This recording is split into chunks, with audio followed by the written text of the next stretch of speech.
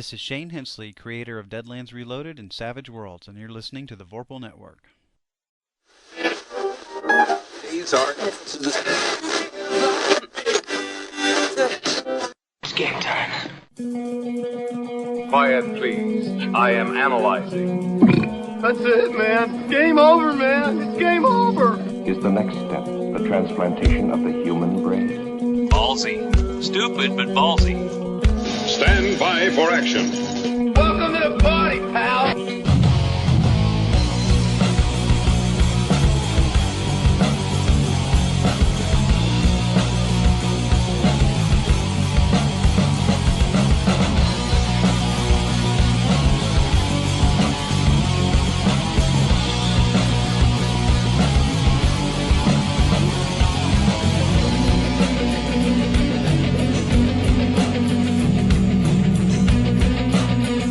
Okay. Remember, we're not dealing with an intelligence on our own level.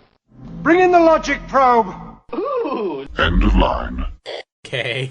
Welcome back to the Gamers Haven podcast. The 2008 Roundtable Award nominee Gamers Haven podcast. Yes. 2008? Yeah. Yes. Yes. But we're in 2009. Right, which means the awards this year are being given out for last year. This is how award ceremonies work here. That's lame. I want to win now. Well, we will win now, but it'll be for last year. Well, but that would be last year. I don't know if we're going to win. I mean, there are. We've already won. I mean, obviously, there's no one else. If they don't vote for us, they're obviously, they are losers. Right. But we are humbled and happy with the fact that we are nominated. You're humble. I am not humble. Well, Jeremy's an ass, but Jeremy apparently is not humble. Cannot be humbled. I guess that's good for him. Give me 2 hours and a crowbar, he'll come back humble. Surgery, knife, ice. Nope. Stabbing. No knife. Hold me in laser, but yeah, it's still not going to be fun. Lasers are cool too. Yes, for those of you who don't know, I have surgery tomorrow. I'm sick, in case you couldn't tell. Leprosy. And not just sick in the head. He's already, we knew you were sick. It's leprosy. No, real quick, the 2008 Roundtable Awards are presented by the Chronic Rift at chronicrift.com. Apparently an old public access TV show from Manhattan. That's Manhattan, like New York, not Manhattan, The Kansas. real Manhattan. The real Manhattan, yes. They found it upon themselves to nominate the Gamers Haven podcast for Best Podcast. Now, also included in that category are podcasts, obviously, Better in the Dark, The Chronic Rift, Doctor Who Podshock, and Scapecast. Of those, I actually have started listening to The Chronic Rift, which is a good show, but, I mean, obviously, we're the best choice out of this whole list of people. I mean, we should get every award, really. Yeah, I haven't listened to any of those. Best website, best performer in a TV show or movie, totally. Yeah. Michael Chiklis and Shield, nothing on us at all. Ever. Yeah, we should send them a copy of Thousand Monkey Productions videos. Yeah. I bet you would win an award then. I know, especially totally. With ping! Ping! Exactly. I mean, that's, sound editing, come on. That's fantastic. And best writer of a novel, short story, or book. Neil Gaiman, whatever the hell, however the hell you pronounce his name. Who is that again? He doesn't need an award. Does he write books? Obviously he's not important. I thought Neil Gaiman he's wrote not comics. on the show. Didn't he write Sandman? He's a writer? But he also wrote, actual novels. Yeah. What was that horrible one that I couldn't get through? American Gods, something like that. Really? I liked American Gods. Yeah. I haven't even attempted to read it yet. Passion. It was cool. It's terrible. And I'm sure I've just pissed off a lot of people, but when we get into the random encounters in this episode, you'll hear that I really don't care. Ethan he just doesn't like certain things, like this book, obviously. Uh-huh. Well, he's allowed to, I'm allowed to have my own opinion. Yeah, usually my opinion is straight out of my ass, but that's fine. Yeah. Opinions are like assholes. Everyone's got them, and most of them stink. Exactly, At least I'm honest about it, really. That's true. I voice my opinion. But anyway, the Chronic Rift, the 2008 Roundtable Awards, we got a nomination. That's cool. We appreciate it. This is the first time we've been nominated for anything, and so we're going to milk it for all it's worth. Yeah. Because it'll probably be the last time with the way they're talking. Probably. Well, We're going to win. Well, yeah, I mean... Even if we lose, we're going to say we win. We have won. We just, we bequeath the award to someone else because that's how generous we are. We are just that cool. We're that nice. We really are. We're like Ving Rhames, the Golden Globes. We're like, I don't want this. Jack Lemmon, you can have it. Totally. Ving Rhames did that? Yes. Many years ago. Wow, I did not know that. Bonus to Ving Rhames. Yeah, Ving Rhames is also a cool actor. After we win our award... But I definitely think we're the best nonfiction book out there. Yeah, definitely. Best manga, too. Yeah. Don't we have to actually know Japanese? Because I barely speak English. That's okay. Ethan and I speak a little bit of Japanese. You can be the dubbed voice. Yeah. Oh. So you can talk about, shiny things and tortoises or something. Is it just me or are the dubs always so far off what they are actually saying that it makes your ears bleed? Some of the dubs are not bad, but most of them are awful. Yeah. But anyway, today on the Gamers Haven podcast, game on. We're getting the game on. We talk about game prep and getting your game ready to go, and how you can the different types of prepping for your game, and how many players you have to kill before the game starts because they won't get their Smurf off the table, so you can set down your battle map. See, now I've got to make a note that I got to go put a Smurf in there. 5 minutes. You mean when he said Smurf? 5 minutes and 2 seconds? Or when he said Smurf the second time? Jeez. Yeah, what can I say? Smurf, did he Smurf? Man, you guys. But anyway, that's what we're talking about on today's show. We've droned on and on now for 5.5 minutes in the opening, so we will be back after this from our sponsor. And we actually do have a sponsor. We have a sponsor? That's cool. In a city, in a world, there lives a man who owns a hot dog stand. Listen to me. I don't know who they are. You have to get out. They're trying to take my hot dogs. Arnold Schwarzenegger is the hot dog man. Coming soon to a theater near you. It's a joke. No, that his hot dogs were gold. The mob wanted them. I don't know who this hot dog man is, but I want him and his hot dogs dead. You hear me? Dead. So who? Well, that's all going in the outtakes. Who did we just rip off?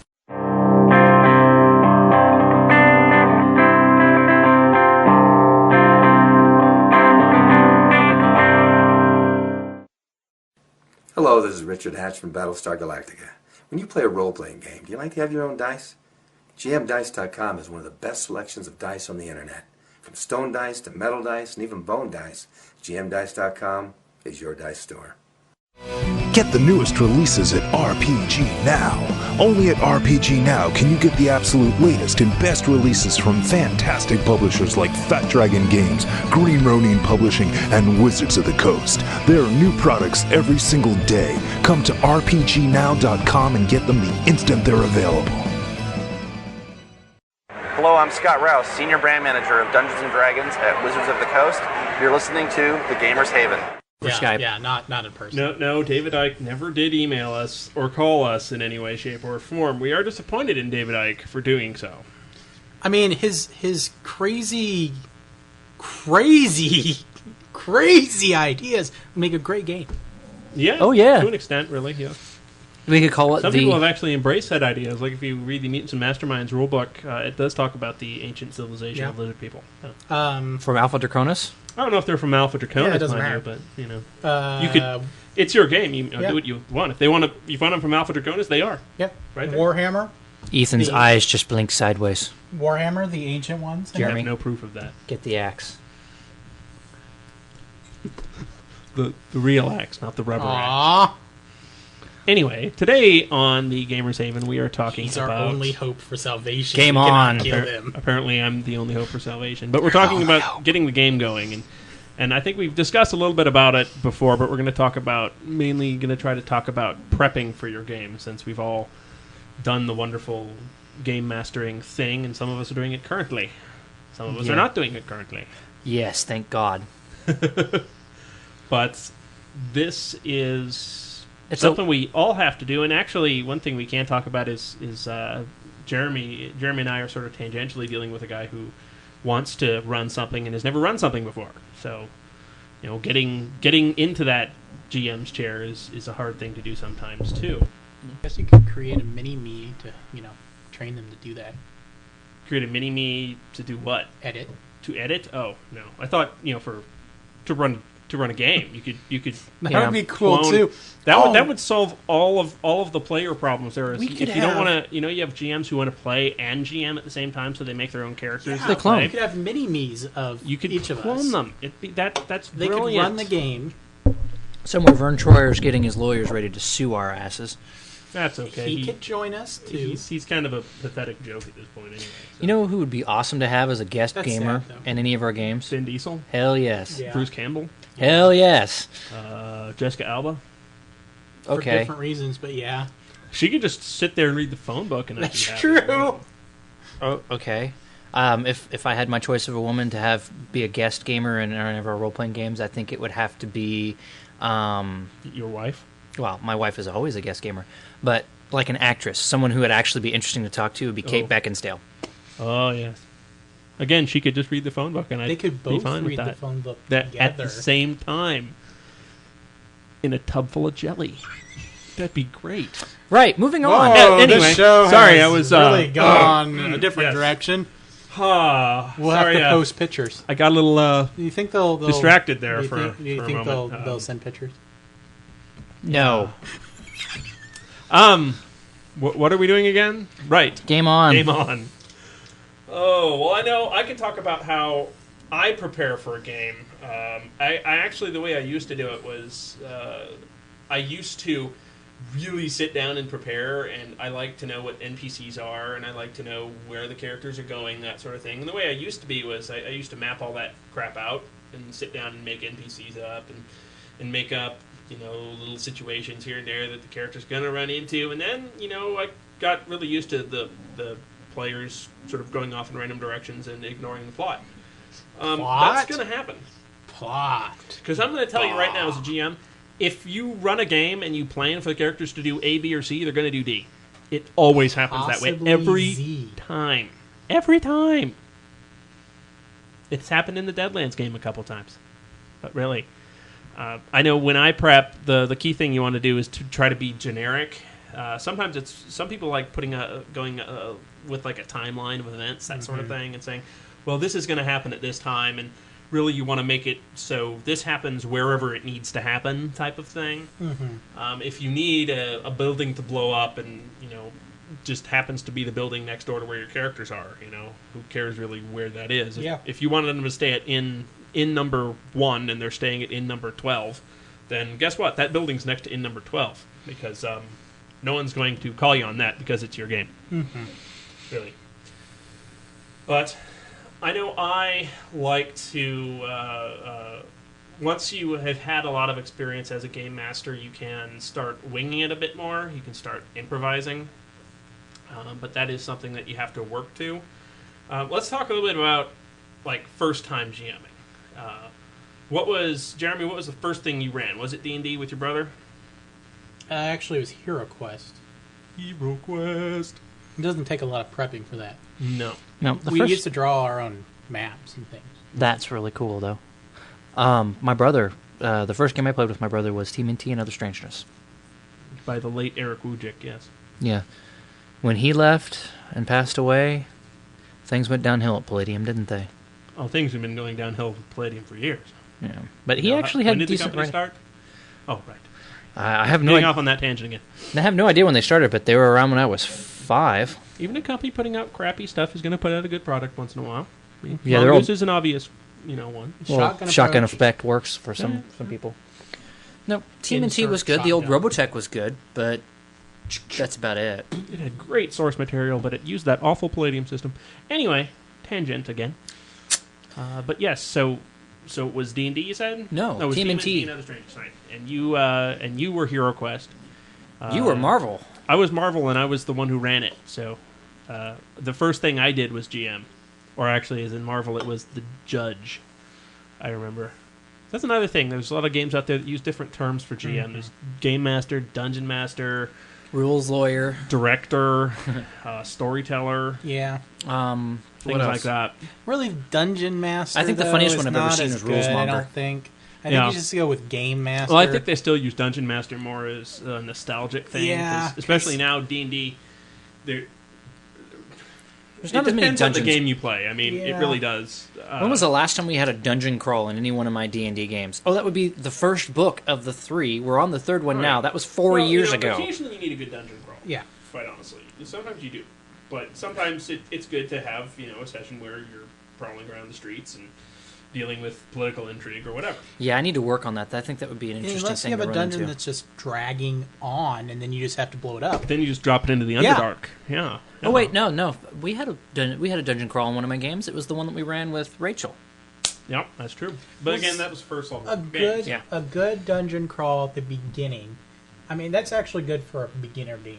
For a beginner GM. Would you recommend that rather than starting from scratch and doing a homemade adventure of doing a store-bought one? Yes.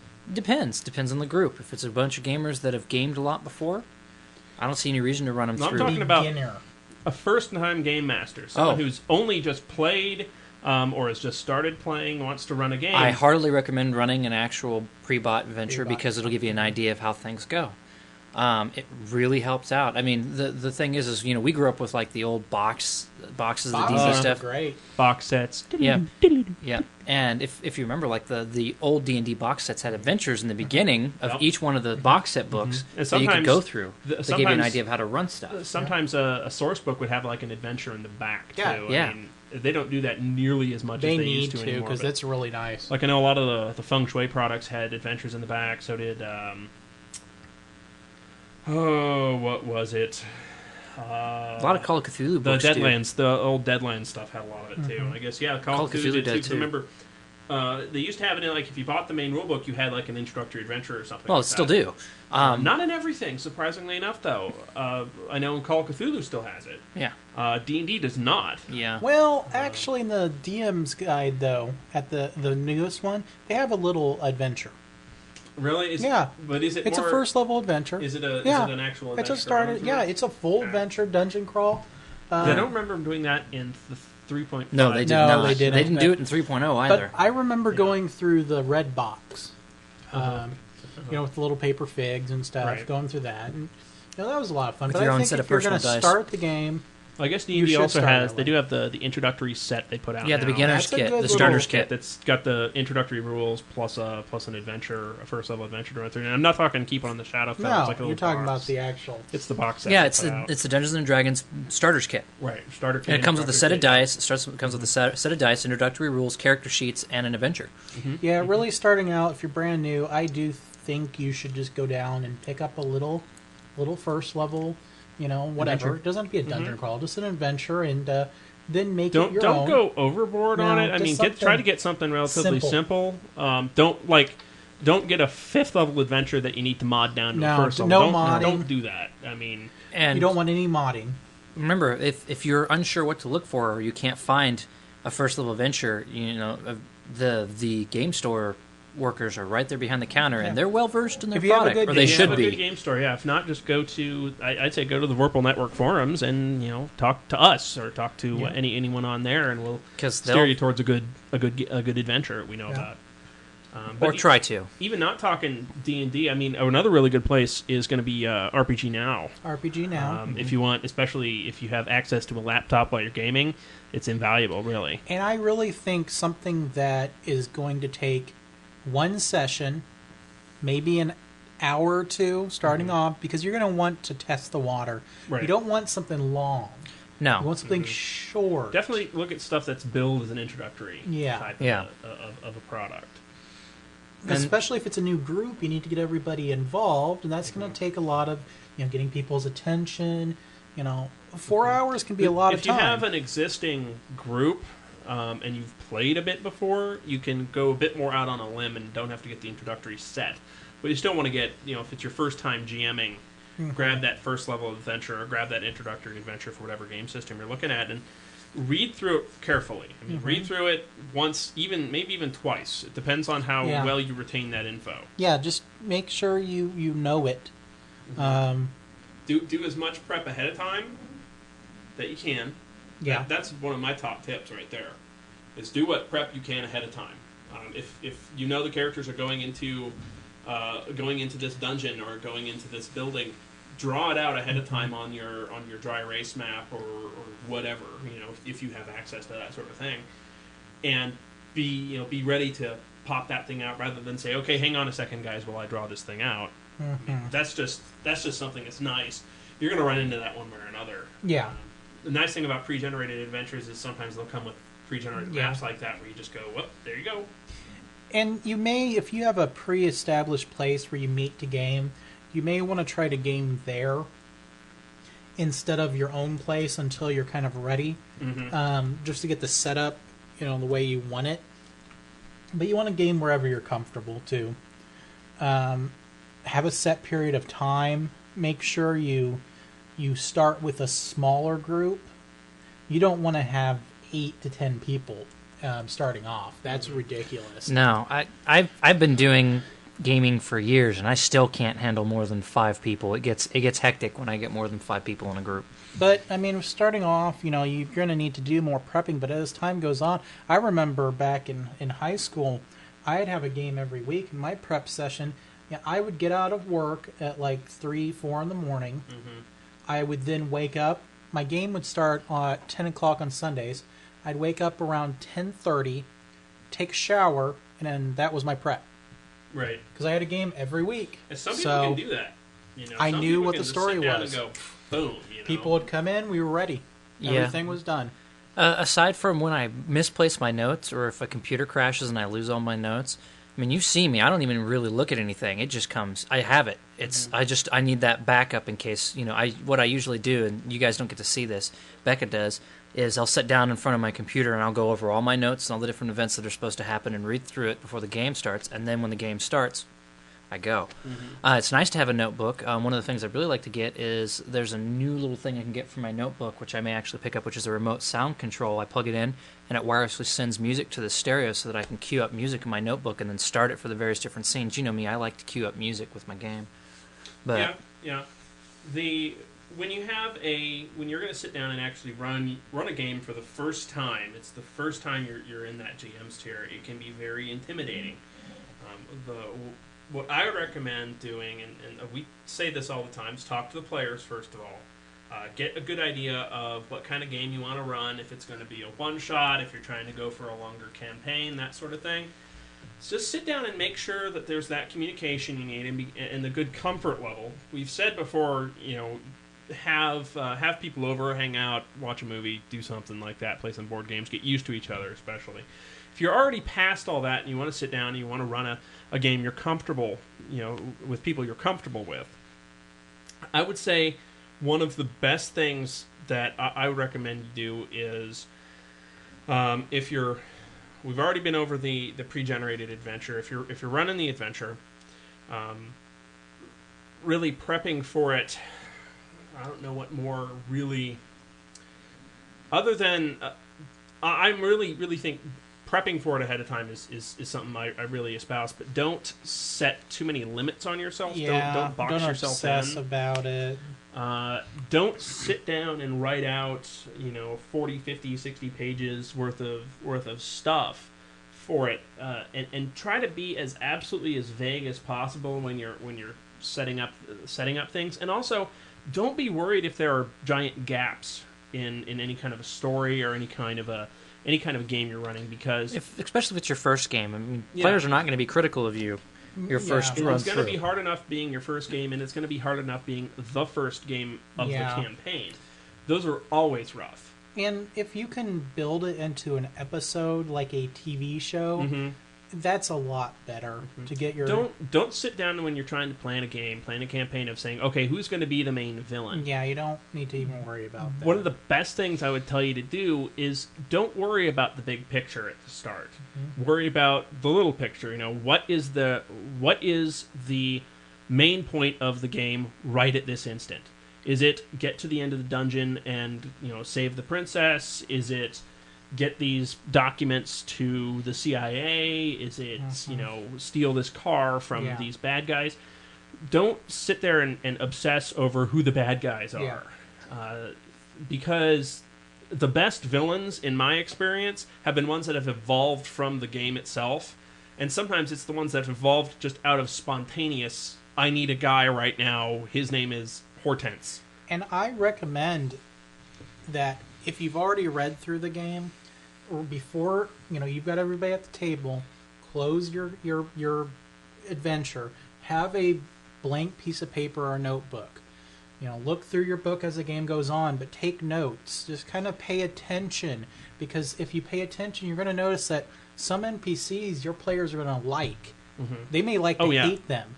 And if you're not writing that stuff down, they'll mention, it's like, well, we want to go talk to Bob. And you'd be like, who the hell's Bob? Who's a Bob?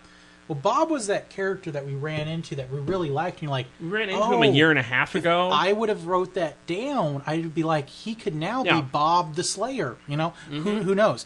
Watch your players.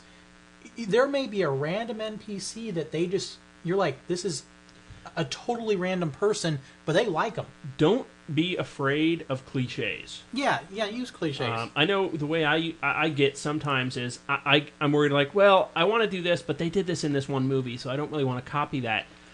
Don't do that. Your players don't care. Your players will come out of the game going, that was cool, we did this and this, just like in that movie. Even if they realize it's from Lord of the Rings, or realize it's from some Starting movie off, they've who seen. Cares? Don't care. Don't worry about it. Make it your own, and they're everyone has gone to see a movie and said, well, I would have done it differently. I would have if I had a character in this movie, I wouldn't have gone into the dark house all alone. I would have stayed outside. Well, by doing it this way, you give them that chance. Mm-hmm. So don't be afraid to steal a plot line from a TV show or a movie or a comic book or a book that you've read and say, hey, I want to do this. Or steal from all three and all of those and mix them together. What's funny, though, is it's interesting. They'll sit there, and I do the same thing. I run Call of Cthulhu, and I play in Call of Cthulhu games. You'll sit there and watch a horror movie and go, idiots don't split, smart people don't split up. Idiots are the ones that split up, and they're the ones that get killed. And you're actually playing the game, it's like, we need to cover more ground. Let's split up. Yeah. And you catch yourself doing it, you're like, wait a minute. Didn't I just say earlier that if we split up, we'd probably get horribly... crap. And then your character gets killed by some horrible beast from beyond the stars. Don't be at all put off by cliches. At all. It's entirely something that you can use to your benefit. Mm-hmm. And it's like, who cares if they say, God, this is like a Greek myth I read. It's like, well, yeah, it's because I based it off that Greek myth. Who cares? If you want a NPC to be annoying, force them on the players. That is true. Players will immediately go, I hate this person. Mm-hmm. He's annoying. No matter what it is. Don't burden yourself with too many NPCs also. Don't sit down and go, well, I need 25 people who are in this town, so I'm going to make NPCs for all of them. You just have a book of names. Yeah, book of names. And program on your computer. Program on your computer, book of names. There's plenty of places out there you get like an NPC quirk. It's like he has a lazy left eye. He doesn't even need stats. Run with that. They don't even need stats unless there is going to be a combat. If there is, sometimes what you can do is just open the monster manual, point to something, and go, I'm going to use those stats minus the fire breathing. Just stuff like that. Right. Also, use your common sense. If the players pick a fight with a random farmer, well... Make that farmer a nasty bastard. Well, you don't really need stats. A round of combat at that, and probably the farmer, if he's a normal NPC, is just down. Yeah, one hit usually will do it. If you're being mean, the players have killed that farmer, and guess what? Now the law are after him. If you don't care, maybe the farmer's fine and everybody had a grand old time. But as Ethan said, don't burden yourself with too many NPCs. Just have names. Mm-hmm. Just have a couple of quirks here and there. And again, take notes. If an NPC is working, write it down. Yeah. Most of the NPCs that my player characters run into are very large creature NPCs, I think is the best way to put it. Mm-hmm. The only NPCs really that are of note in my game are Chimera, and then there's two coming up that'll be important that you guys haven't met yet in the new book. And then, of course, there's your brother. Oh, yeah, of course. But I think you're going to be shocked with the next game. If you want a NPC to survive and they are an enemy, give them an escape route. Always give them an escape route. Yeah. Some games have that built into it with, Use of Masterminds have villain points and stuff like that, but... and I speak from experience on this. Don't just say, okay, well, the bad guy gets away. Yeah, don't do that. And I'm not saying Don't sit down and try to figure out an elaborate scheme as to how your villain gets away. The opportunity will present itself in the game. And whether it's like, okay, well, you were actually fighting a magical illusion all that time, and he got away at this point, that happens. And a lot of good players are going to work with you on that. Yeah. And if you have a recurring villain like that, people are going to be like, I want that, and I want that mofo dead. And it could be that they defeat the guy in combat. I want his boots. And then, his smoking boots. I want the smoking boots. It could be that you defeat him in combat and the cavern falls in on him. Right. Well, you never find the body. Well, that's an easy thing. Mm-hmm. Don't He overdo survives. that, obviously. Yeah. Well, we've almost killed him 14 times. Unless today. you're trying... If you're going to do that, then that particular villain shouldn't be the main villain. Yeah. He should just be that's annoying... another thing. He starts out as the main villain, but soon he just becomes a funny little side thing. Yeah, that's the other thing. It's like, you thought that was the main villain. No, there's another guy behind him. He can't really mess up the players. He just shows up to cause a little bit of confusion and chaos, and then gets hit by a car. In my D&D game that I ran you guys through, when you first met the villain, he didn't care about you guys at all because you guys were low-level people who were little peons, and he's like, yeah, whatever. And now he's dead. Yes, now he's dead. Now dead. there are smoking boots again. Yes, very dead. The bastard is dead. That's sort of NPC prep. I think we should take a look real quick at the types of games that you have to prep for. And also and we've been picking focusing your a bit group. on D&D, right? Because I really think if you're starting off, or even just starting the game, whether new or not, you need to pick your players. Right. You need to... If that means excluding some people, that means excluding some people. Yeah. And however you do that, that's up to you. That was a different show. If you're going to be a game master, don't be afraid to step in there and step on a few toes and go. So, you're not going to go straight to people and go, I don't want you in my game. Yeah, don't do that. You're just not inviting them. Then you're a jerk. Yeah. If they ask about it, said, well, I only wanted a small group. Gather your victims, summon your minions, call your friends, whatever you want to do. Mm-hmm. It's like the Deadlands game. I had a huge plethora of players available to me, but I only really wanted 4 people. I only wanted a small group, and I asked those 4 people. Keep in mind, some people either don't like or don't do well in certain games. Right. It's nothing against those like me.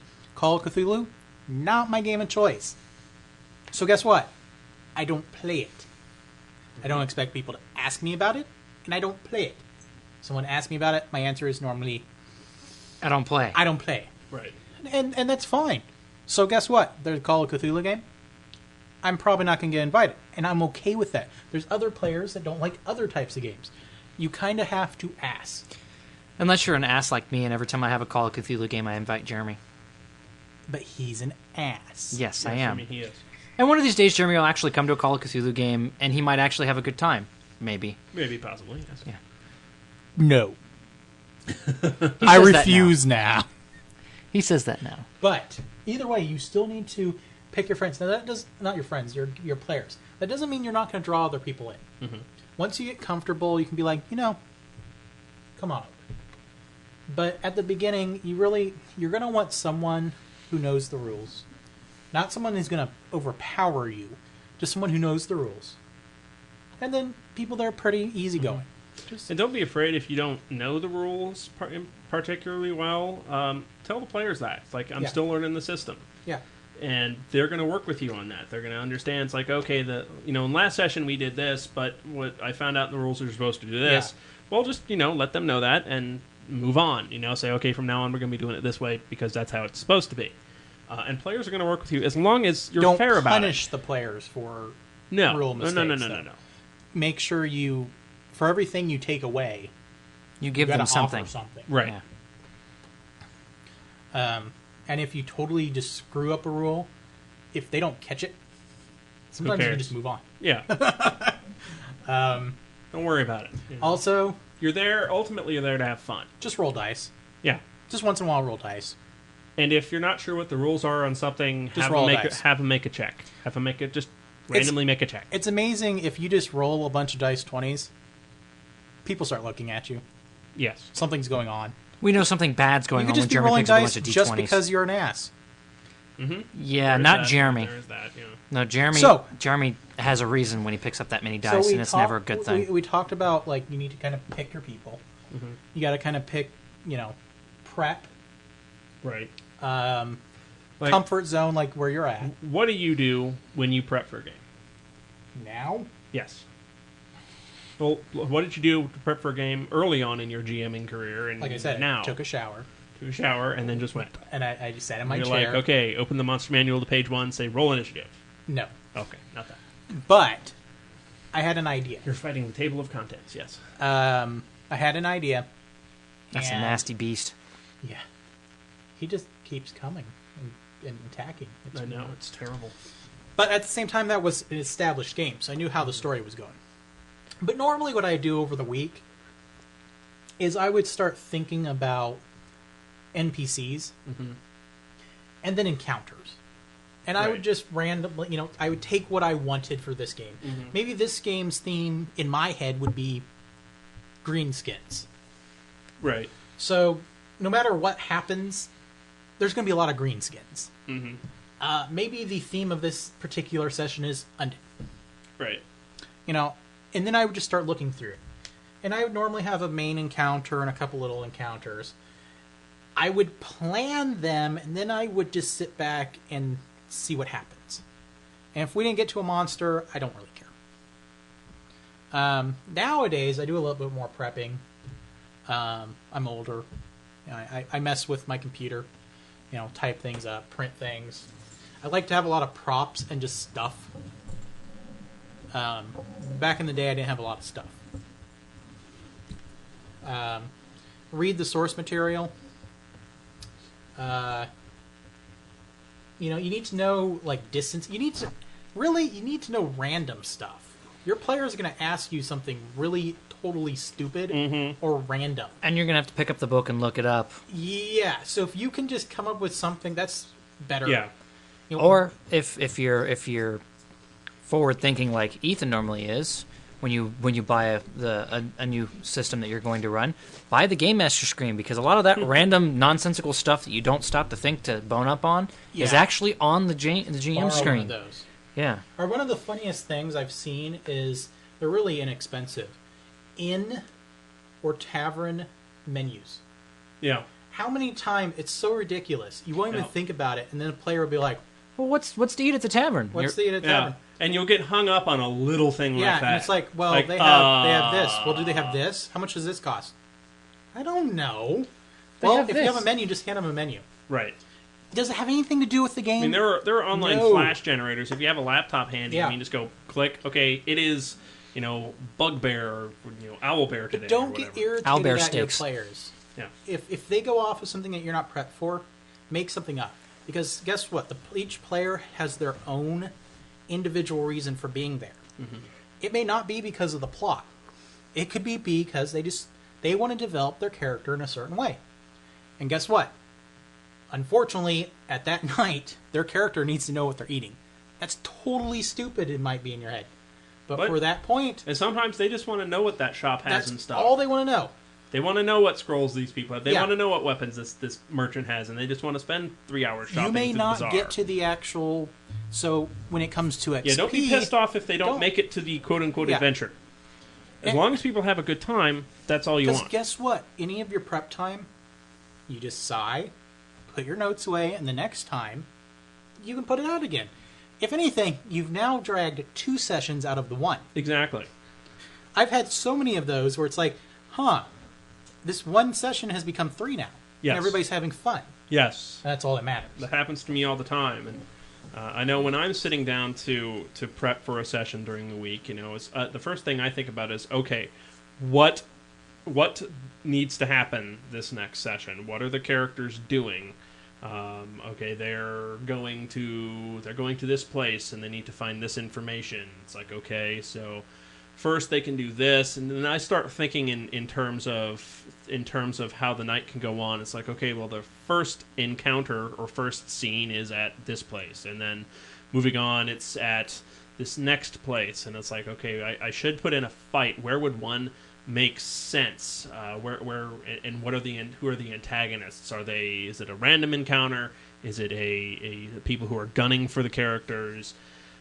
That's what I generally do, is I go step by step in my mind and maybe jot down just a little sentence, a little note. That could be on the notepad on your computer, could be on a piece of paper, could be on a cocktail napkin. It doesn't matter. Yeah. I sit down. I go, okay. Well, the characters are doing this. This is their current goal of what they're trying to find.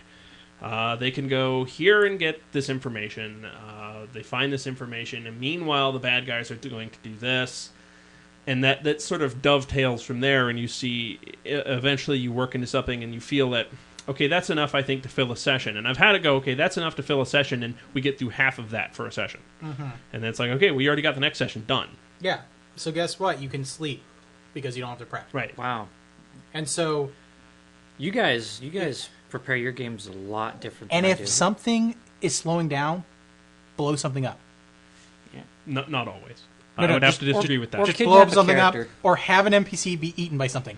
I would have to disagree with that, but yeah, you and the dynamite thing. Yeah. I mean, how do you go about prepping?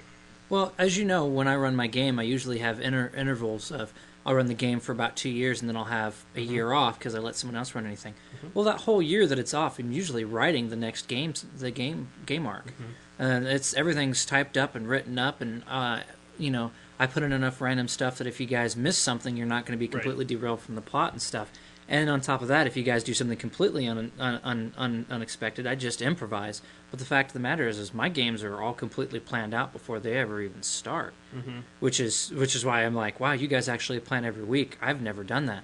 I've always plotted out my whole entire story, or the whole entire game arc, with enough random stuff before the game ever even starts. So it's strange hearing the way you guys do it, because now I'm looking at it going, that would be a hell of a lot easier than the way I do it. But sometimes the players and them getting off of what you have planned turns out to be better than what you had planned. Mm-hmm. So, there's been times. Ready. Yeah. Be ready. Don't be afraid to throw out throw one of your ideas away. Because you may be like, because this is a player could say, "Hey, I think this is going on," and you go, "Yeah, that is what's going on." I had so many NPCs who I'm like, I'm going to take them down this path, and then suddenly somebody came up with something. I'm like, that's a great idea. Let's go down this path. I'm going to steal that right now. And the players, and what's great, most players don't think about it, and then they go, it actually happened that way. It makes the player feel great. Yeah. Actually, what's interesting is that happens a lot in my games too. I usually end up improvising a lot. Like the end of the second book was supposed to be a massive battle with you guys facing off against your brother, and the actual original ending for the second book was going to be not a gateway opening up to a world full of dragons. You guys were so obsessed on this idea of dragons. I was in the middle of the game. I was like, you know what? I'm going to bring dragons into this world and watch as they shake and quiver in fear because they're like, there's nothing here that we have to worry about. Mm-hmm. But and what really got me was Andre made a offhanded comment, which actually is stuck.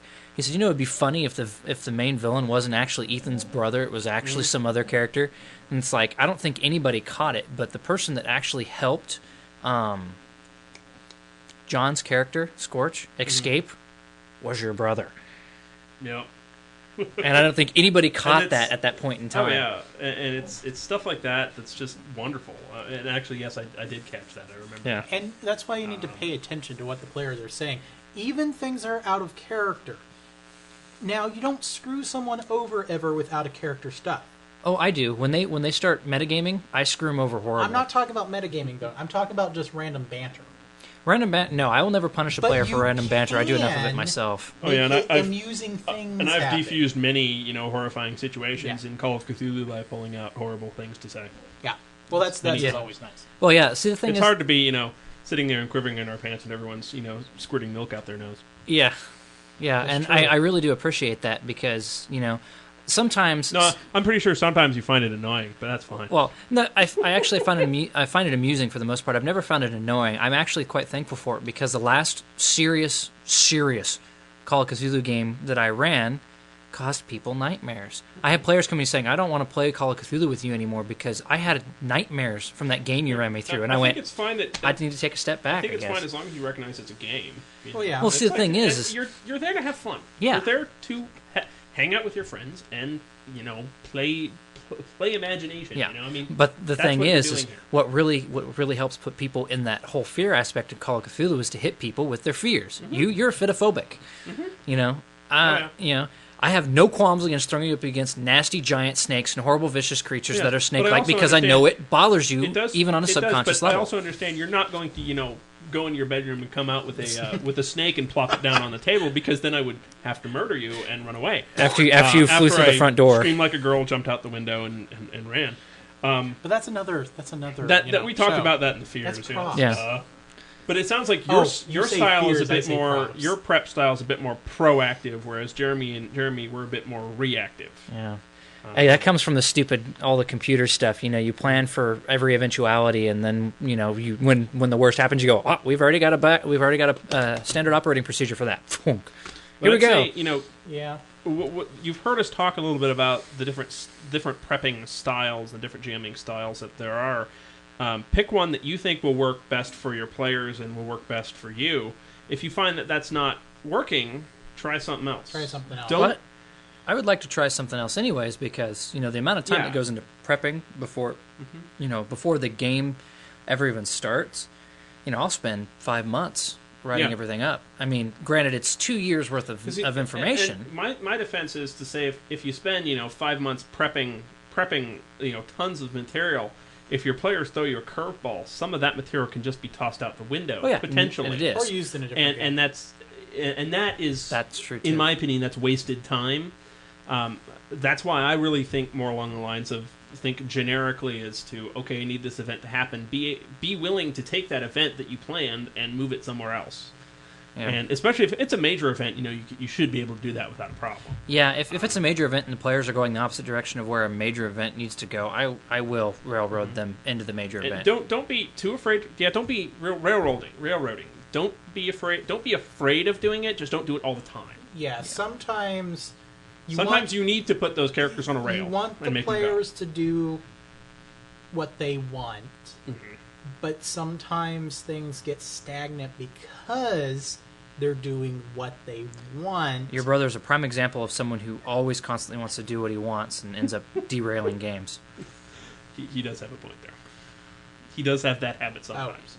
Andrew does. Andrew, yeah. But he just he's the chaotic element. Yes. And you will run into players like that are just like, and that's why I am here to do whatever the hell. I'm here to smurf the living hell out of your game. It's not to screw the person over. It's no. It's how they have fun. Yeah. But I think that goes into picking your players. Pick the players you know are going to be interested in the game. It's if you know that your friend over here is like that. Unless he's interested in the game, if you pick a game that he really wants to play, you'll see them like. We have friends that'll sit back and read books while we're playing, but if we pick a game that they get really involved in, they get really interested in, they'll put that book down and they'll get involved. Yeah, and you can bring people back most of them will. Most of them will, yeah. But remember, you have on the occasional one will be like, oh, I throw a fireball.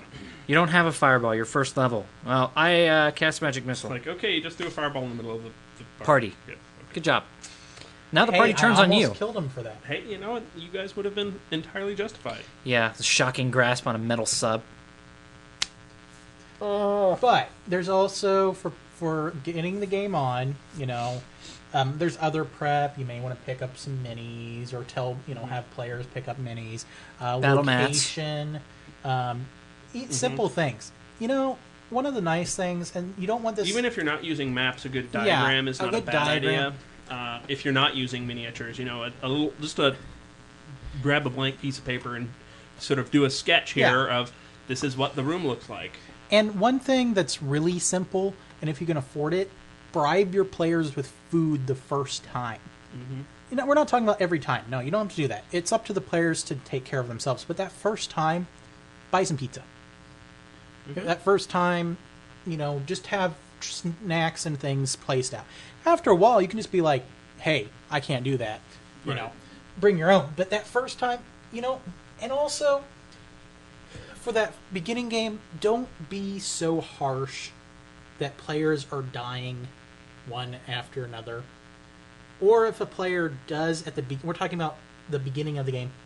If a player does do something, maybe because they're brand new or they don't know the system, that's just totally stupid, but they don't realize it, don't kill them.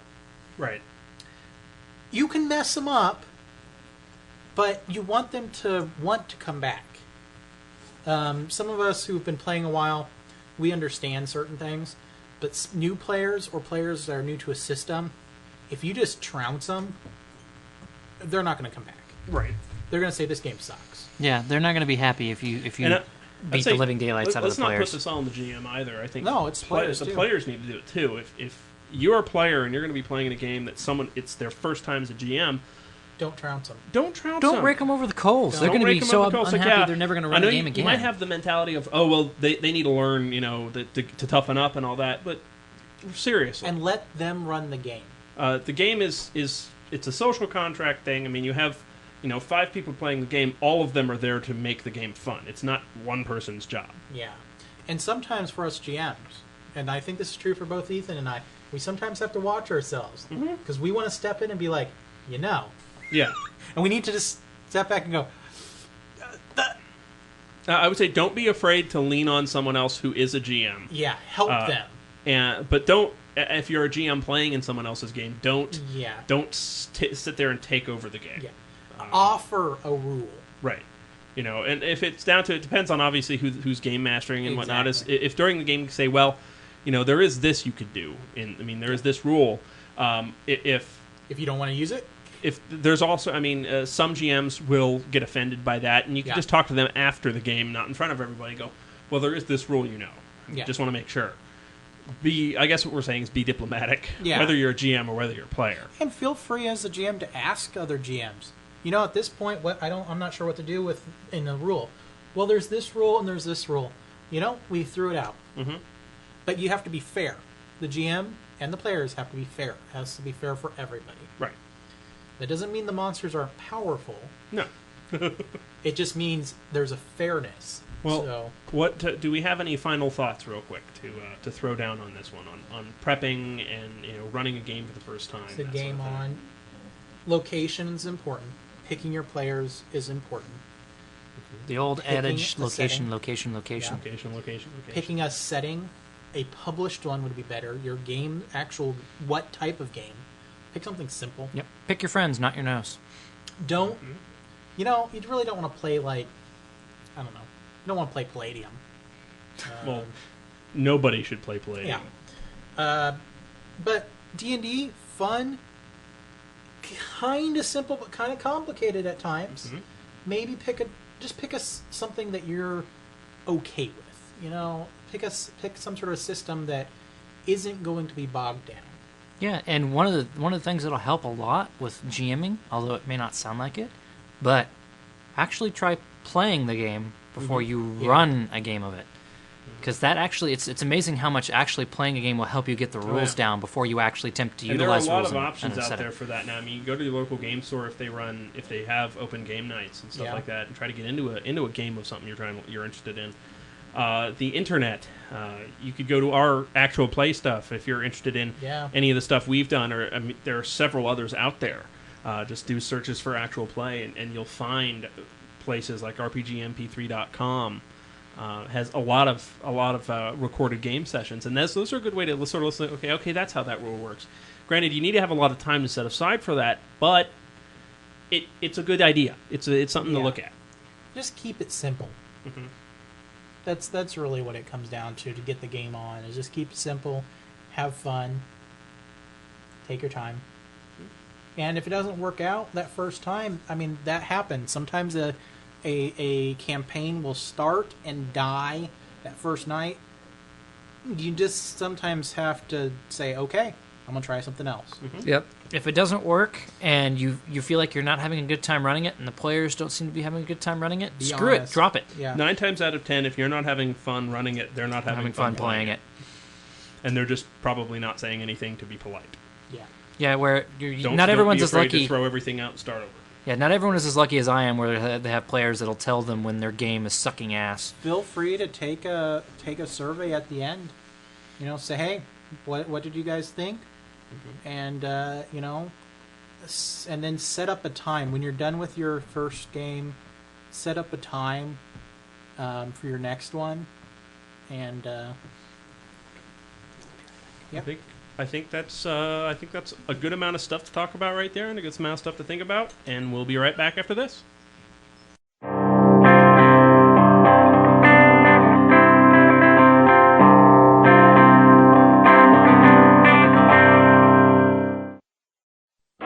Vorpal Network is the bomb, the cutting edge of geekdom. Comics, advice, D&D, movies, video games, RPGs. Finding it's easy just to stay calm. VorpalNetwork.com. This podcast is sponsored by GMDice.com. You can never have too many dice. This podcast is supported by RPG Now, the leading source of indie role-playing games, with over 10,000 RPG titles from over 500 creators and publishers. There are new RPG treasures to discover every day at www.rpgnow.com.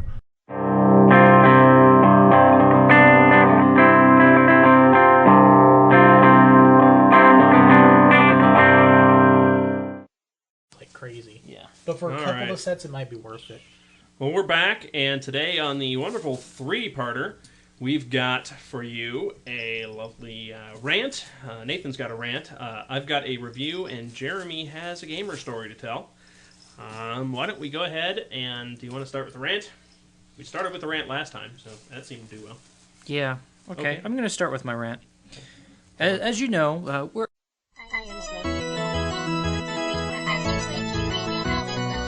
The rant.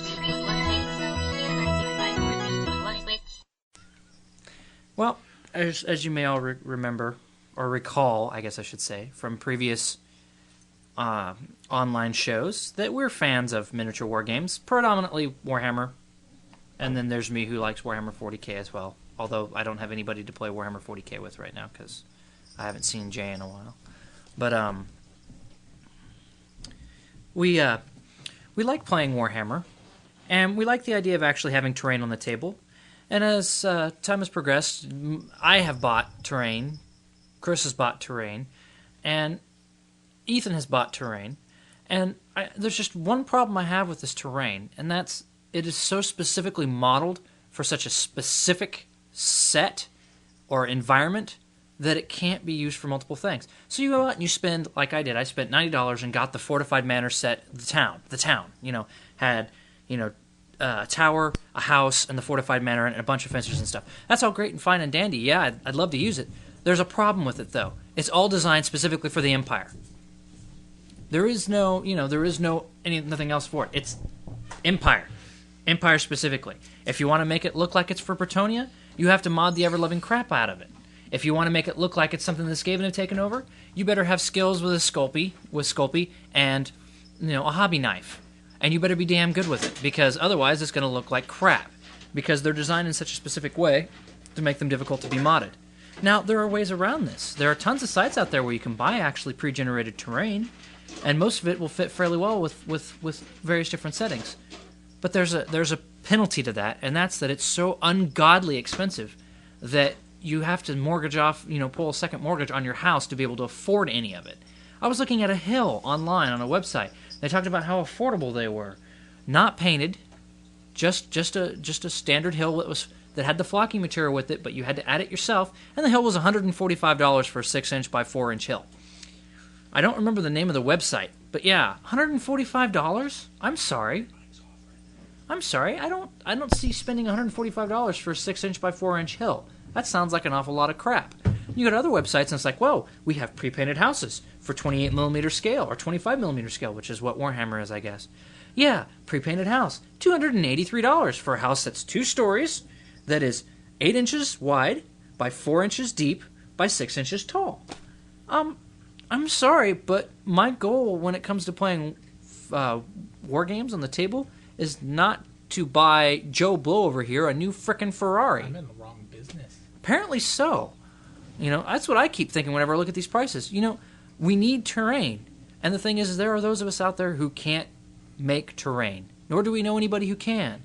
And we get sick and tired of being raked over the coals by people who feel they're justified and charging $35 for a set of fence sections that is 6 inches long. Unpainted. unpainted no less. And God, don't even get me started on the frickin' Forge World stuff. Oh, let's see. For a standard Warhammer-sized model that's made out of different material, it's, I can't remember the name of the stuff, resin, right? Polyresin. You're going to spend $165. Yeah. Yeah, I would love to get a Rhinox rider set for my ogres, but the Rhinox, just the Rhinox, with the legs molded for the ogre so that you can just put an ogre bruiser on it, is $85 a model. Yeah. The point I'm trying to make here, what I'm upset about, is that I don't feel that people should people should charge so much for something that everybody's going to use. If you give it an affordable price, like that scenery you guys are talking about that uses cardstock, very affordable, can be printed, change the colors on it. You can make it look you can make it look however you like. You just have to have a printer that handles cardstock. I don't. But for those of us out there that do, yeah, it works great. You can change the colors on it, make it look like whatever scenario or scenery setting that you need. The diorama stuff, that's inexpensive and something you can use too. Yeah. But again, with the diorama stuff, a lot of it, you have to have modeling skills to put it together. What's really great is the railroad, the railroad stuff. The railroad scenery and stuff. That stuff's great. The problem is you have to be able to model. Popsicle sticks. Yeah, popsicle sticks and hot glue. And makes great troll bridges. It makes anything. But I have tons of supplies down in the basement. Balsa wood. I have foam board for modeling stuff, and I've tried modeling stuff, and it comes out looks absolutely like something out of that should best be left forgotten and buried in the bottom of a trash can. Except we don't care. Yeah, you guys don't care. But the thing is I can't do it, and I don't like doing it, and I don't feel I should have to pay $85 for a section of road, which is the actual price for that pre-painted road, the rubber pre-painted roads for 25 millimeters they have down there at Tabletop. I mean, he's probably not charging as much as it's supposed to, but it's $85 for a section of road that is 4 inches wide by 8 inches long. I mean, you're talking $10 an inch. I'm sorry, there's nothing that's worth that much. Balsa wood, glue, sand, and paint, or felt. Felt is cheap. I'm sorry, I don't like the felt thing. We run into that with Chris's games. It's all fine and dandy that he has, I can throw out a piece of terrain. I look and go, wow, it's a blue blob. What the hell does that mean? Well, it's an impassable hill. Why not just put a hill down? It works in the interim, honestly. Yeah. I have a pretty good hill I built myself. Not that expensive. About maybe $20 for all the stuff. I mean, I have all the modeling tools, but I can't find the closed cell foam that they use, that pink stuff. Can't find it anywhere. Don't need it. I need some sort of, I need the closed cell foam really for when I do primering, because the closed cell foam doesn't melt when you spray paint it. Yeah. And I'm not going to hand paint the hell out of all my terrain that I build because I can't spray paint it because it melts. Actually, the coolest thing is if you get that foam from like Stereo or whatever, just that big stuff, and then spray paint it and let it melt a little bit. Spray paint the sucker, you got a mountain. It's cool. It's cool looking. You want it to melt. Excuse me, I have to go kill a cat. What he's saying is it's too expensive. But no, it's too expensive. Lower the price, damn it. There you go.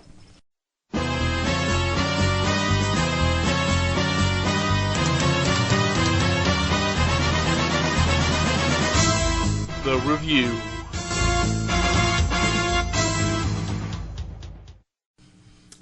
All right, well, that was a good rant. We're on to the wonderful review. Well, unlike previous reviews, I'm not going to actually review an actual game per se. I'm going to be taking a look at the new revised game system license, the GSL, released by Wizards of the Coast on the wonderful updated on February 27th, 2009. I'm looking at it mainly because I have a little bit of experience reading some legal stuff, so I can sort of take you through it a little bit. Section 1 talks about the effective date of the license, how it's 14 days after Wizards receives any the statement of acceptance that you are wanting to license D&D products. After the 14 days, you have not given them written notice, essentially you're boned. Basically, it still has the clause in it that you can't sell any licensed product for D&D before October 1st, 2008. So, I mean, obviously that day is long past now. So but no that's just a time leftover travel. from the, no time travel, going back in time, and releasing 4th edition material under the GSL, mind you, before October 1st, 2000. Before October 1st, 2008. That seems fair. The second clause in it talks about the updates and revisions to the license. Now, a lot of people have been, just the buzz I've heard and read around the internet is a lot of people are pissed off about this.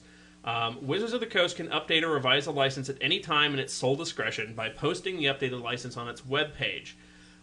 Wizards will indicate on the license the date it was updated.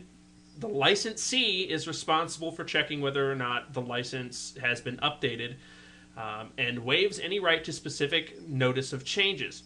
People are getting kind of pissed off about that you're licensing this product and WotC is not going to tell you when they revise the license. I, however, I don't think it's a bad thing. You should be you should be happy that they're licensing the product in the first place. And I don't see why it would be, and I mentioned this when the first GSL came out, that I don't think it should be Wizards of the Coast's problem, and it shouldn't be their responsibility to make sure that your company's product is up to spec. It's your job to make sure that your product is up to spec and current with a license. That is the nature of business with a licensed product. Just be glad that they're not requiring that you send them your finished product and they have to review it and give it an okay before you release it. That's how most licenses work. That's how those Star Trek and Star Wars novels come out. Is the writer writes it, sends it to the editor approves it, and the editor then sends it on to the licensors, who then have to approve it, and then they send it back to the editor with their list of changes, etc., etc., etc. Be glad that that's not there.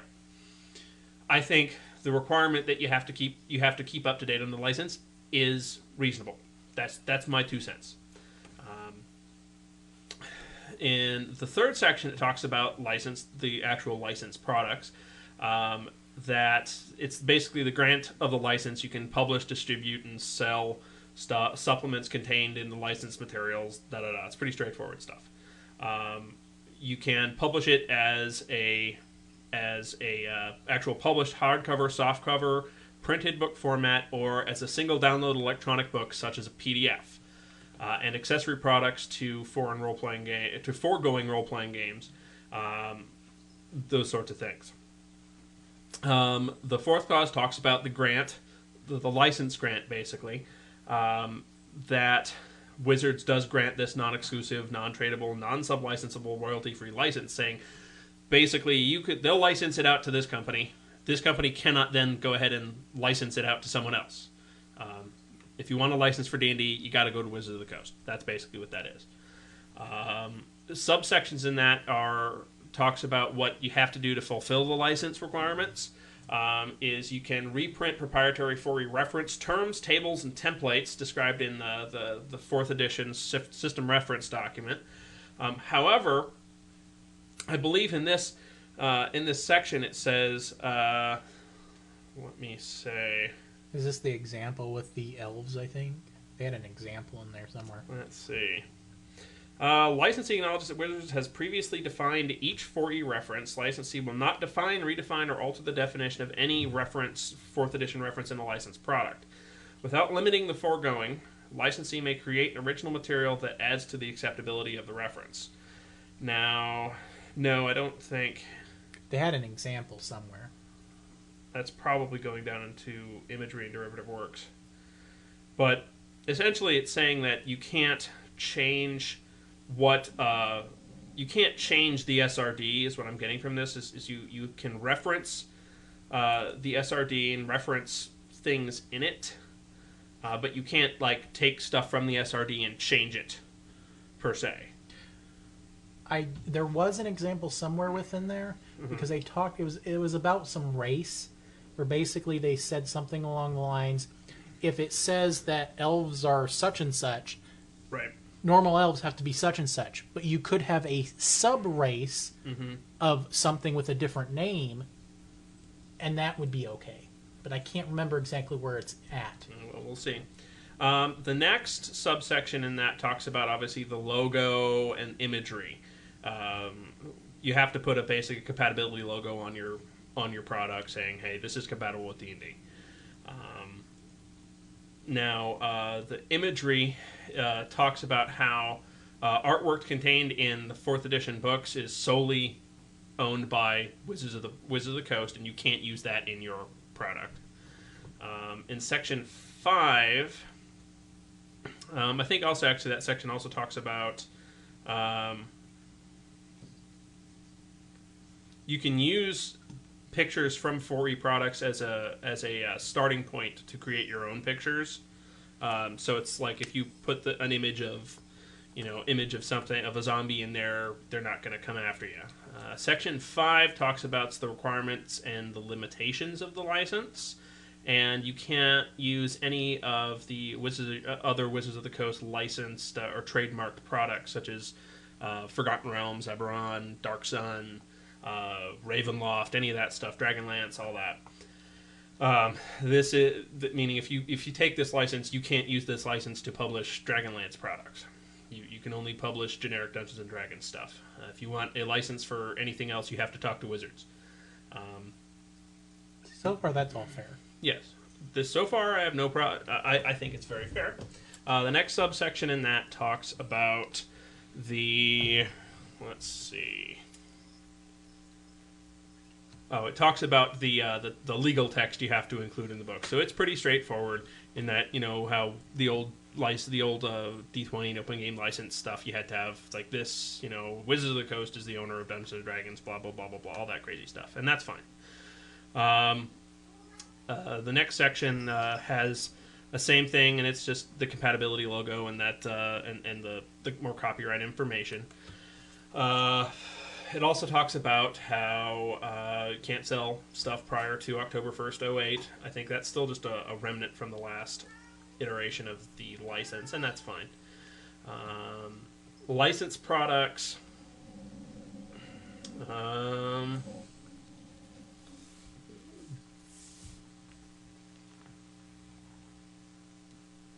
See, no licensed product will include. This is the one that I think is getting some people, is where they define what a licensed product is, and they specifically say that no licensed product will include websites, interactive products, miniatures, or character creators.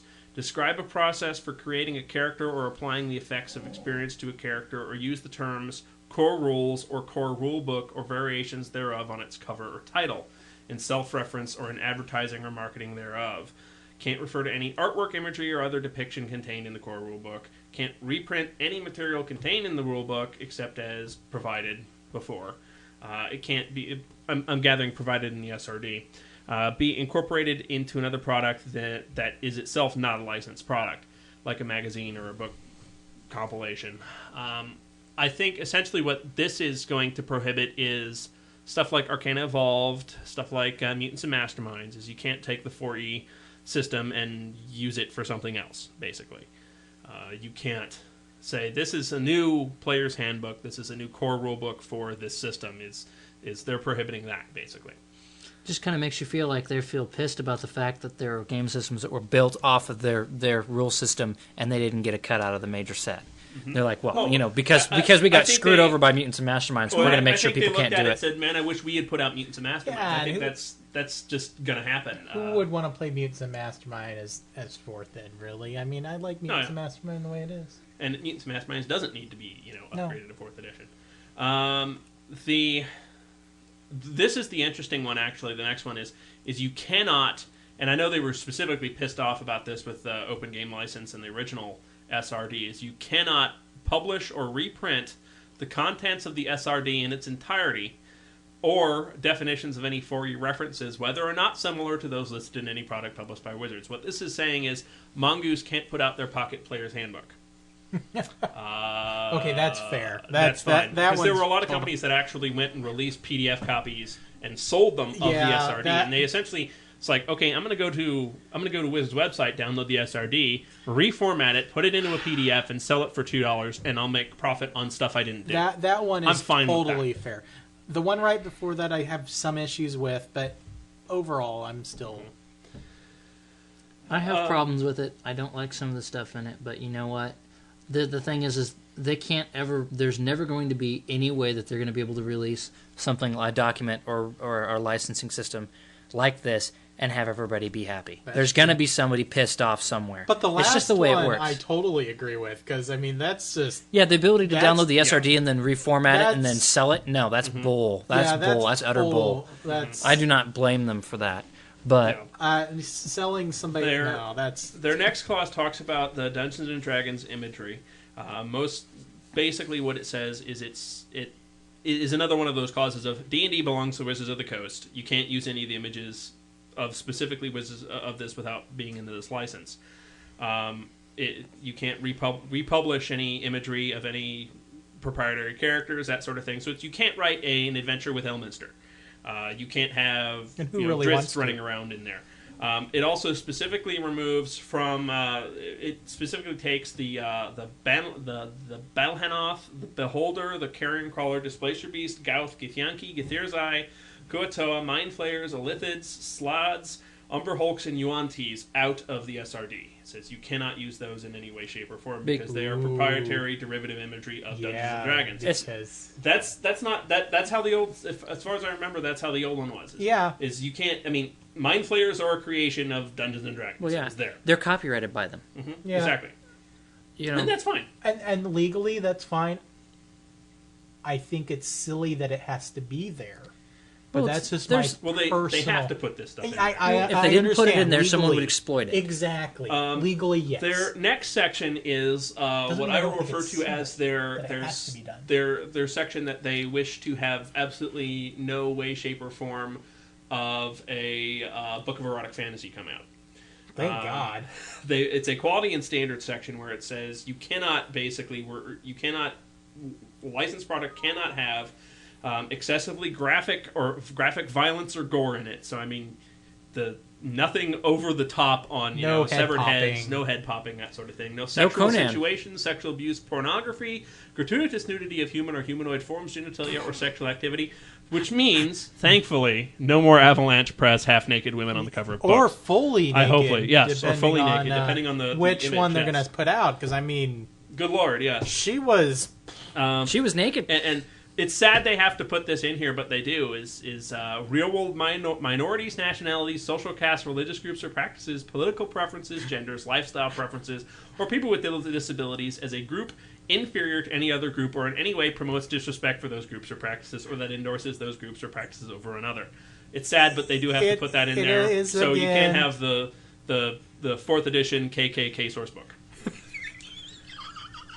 Or the 4th edition Holy Jihad source book. Yeah, so the 4th edition Holy Jihad source book. I think that's a good thing. It's a great thing they put that in there, but that's so wrong. And also, you can't include any unlawful, defamatory, harassing, threatening, abusive, inflammatory, fraudulent, etc. stuff. See, I'm okay with all that. Well, I'm out. They already took away all my fun. Yeah, I know. And actually, could do Conan, but they would have to wear something, and the stabbing has to have less blood. Well, that's not Conan. That's Conan the Destroyer. Oh, it's Conan. It's light Conan. I think the term should be CC. Crap Conan. Their next clause talks about basically compliance with it and non-infringement. Is the licensee is solely responsible for ensuring that their products comply with all laws, regulations, etc., of wherever they're publishing the book. So in other words, don't be a gimboid, and you need to actually read the GSL. There's only not that. It's if for some reason the country you live in prohibits the printing of books with the color yellow in it. That country cannot come to Wizards of the Coast and go, you guys messed up. They have to go to that company and go, you guys messed up. Sorry. So essentially things like that and you can't basically, this is also their you can't put out a deities and demigods book that has the Cthulhu mythos in it, because you can't infringe or violate the rights of any third party with licensed material, which is good. So it's like, you can put out, if you want to put out a book with the Cthulhu mythos in it, just get their permission. Just get the Cthulhu people's Chaosium's permission to do so. Which, just two things on this. There's one section I'm just concerned about. Mm-hmm. Okay, and number two, what are they going to do with the fan stuff? Which I know we're still asking. That is still up in the air. If you look at such sites as Ian World, Mm-hmm. Well, we'll get to that. Okay. Their next section talks about how basically they have a right to review the products. I and forgot there's more sections. Yes, they have a right to review they have a right to review licensee products, and if Wizards of the Coast requests, the licensee has to send them a copy of the product. I think that's very fair. Yeah, that's still fair. Then the next whole section talks about how Wizards of the Coast owns D&D. That they're not giving up this right, that they own D&D. You can't use any of other Wizards intellectual properties like, Star Wars or, Major League Baseball or whatever.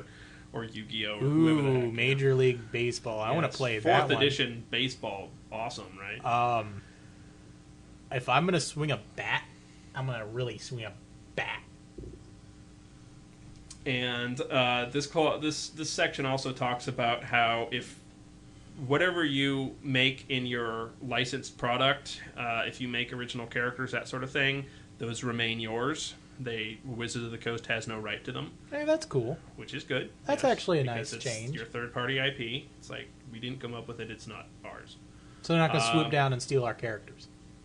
And there is a section in here, basically, if so called upon, you must assist Wizards of the Coast in securing its intellectual property by being a licensee. Are they going to give us weapons?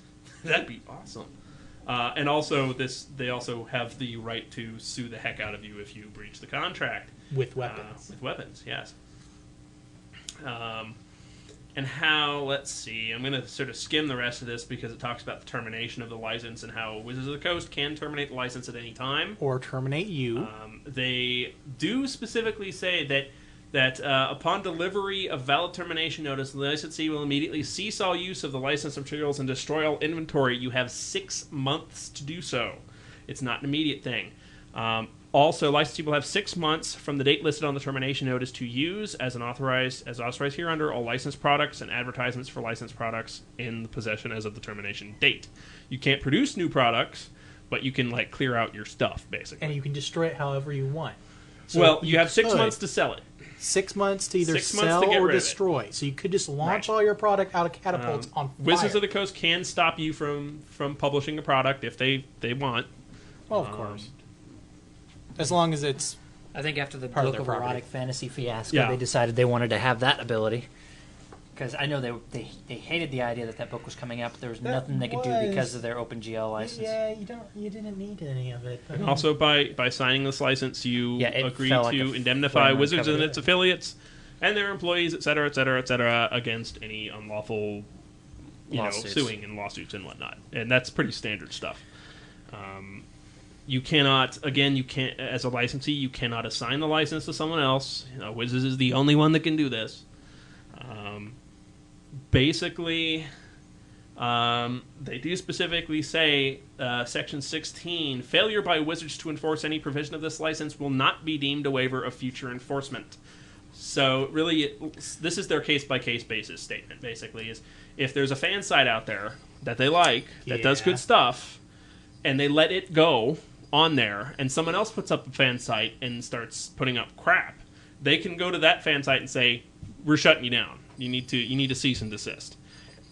That fan site can't say, well, you let Ian World stay up, and they go, yes, we did, but we have this clause right here that says we can do that legally under our license, and you need to stop. As long as my only thing is I don't want them to randomly start like the music industry, the recording industry. And I know it's a different America. Situation, but they just randomly start suing people because they feel they violated their copyrights. Free created things. They also have their independent development clause saying that if you develop a product and then Wizards comes out and develops a product that's similar to that, you can't do anything about it. There's independent development, basically. What happens if yours comes out first? If yours comes out first, that's fine. You can't copyright ideas. You can't. It's funny because companies do it all the time. Companies try to do it all the time. There's a difference between intellectual property and an idea. I'm going to try to copyright everything now. Like, for example, copyright the human genome. Yes, Elminster is a complete ripoff of Gandalf, but he is a legal ripoff of Gandalf because you can't copyright the idea of the ancient wizard who knows everything. How about we copyright that? The ancient wizard who knows everything. You can't. But you that's could copyright. Well, if you had a guy named license, the Ancient Wizard who knows everything, by signing a license, you that. also agree that Wizards of the Coast can choose the jurisdiction of law that they can, and looks like they're talking King County, Washington. So they are the law. I am the law. It means that they don't have to fly anywhere to actually sue your ass. But it's much more fun that way if they show up. And they have their what I call covering their ass section here, where is if a court determines that any part of this license is unenforceable, it doesn't affect the validity of the remainder of the license. Maybe. So basically, and their final thing is you have to agree to the whole license or none of it. So I really don't see what a lot of people are griping about. I think it's a very fair license. But we're allowed to gripe? You are allowed to gripe, yes. You're can't wrong, copyright but my gripes. Well, actually, I guess no. That's an idea. Now, I just have one little area, just kind of. See, I think were you looking at the FAQ? Maybe because it's not the actual license. It must be. So. I must have been looking at.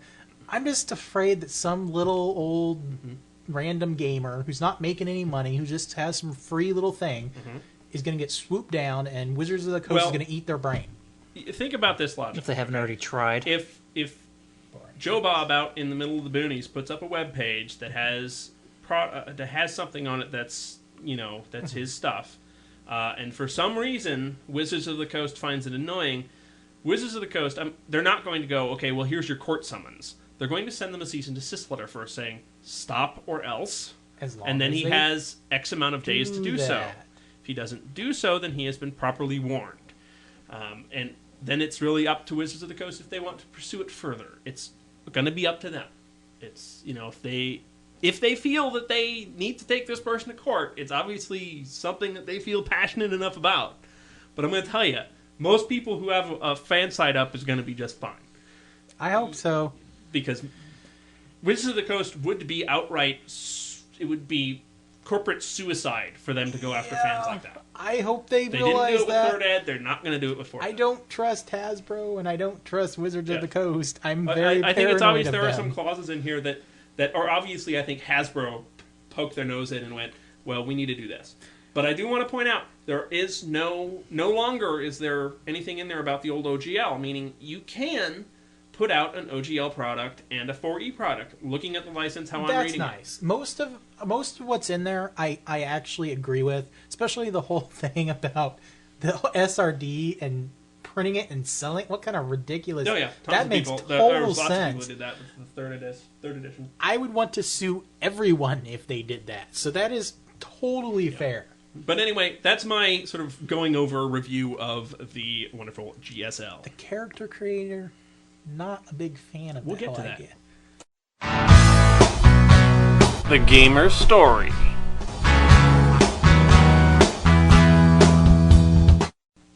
Well, I was just going to talk about my gaming room that I'm building. So, which you can instantly go onto the website, and on the right-hand side, there's a little yellow sign with a Aliens Power Loader in it. You can click on that to go to the web page that talks about the game room under construction. There are now 2 videos up about the construction. One's a slideshow video. One's just a brief little rotating thing of what the room looked like at one point. Photography. So, I have a lot of stuff. We should probably do that with my room too. I have a lot of stuff, like gaming stuff, and it's taken over the house. So, we have this basement that was creepy, horrible, twisted basement. So, we started cleaning it up, and I've decided, and actually we've been working on it. We've already put up the sheetrock, and we're working on mudding the sheetrock. Look up something. We're building a game room. Now, within the game room, I'm hoping to have as many geeky game room stuff as I can within my budget, which my budget is not much. But it's a little bit more than that, but not much by much. Maybe 1% over non-existent. 1% maybe 1% of existence. Yeah. So, well, I mean, let's make it less than that. Maybe a fraction of that 1%. But anyway, so the room's about, I want to say 18 by 20.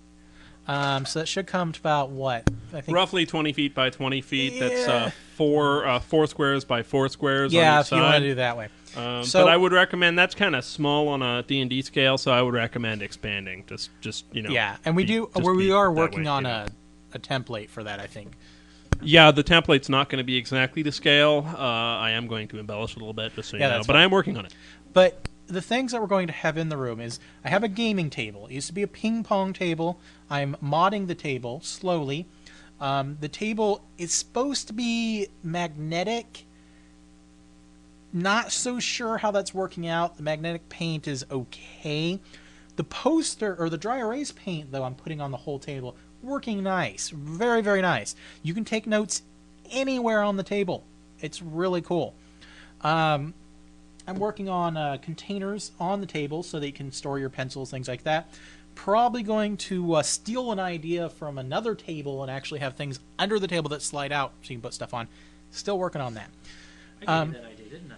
Actually, no. There's the ultimate gaming table. There's a lot of ultimate game tables running around on the internet. I seem to recall talking about building slide-out trays for people's notebooks about 3 years ago when we were complaining about the fact we didn't have enough space at your table. Yes, but there is the ultimate, and they actually have plans, which I may purchase and use at some point. At $235, I think that's a little expensive for plans. $11.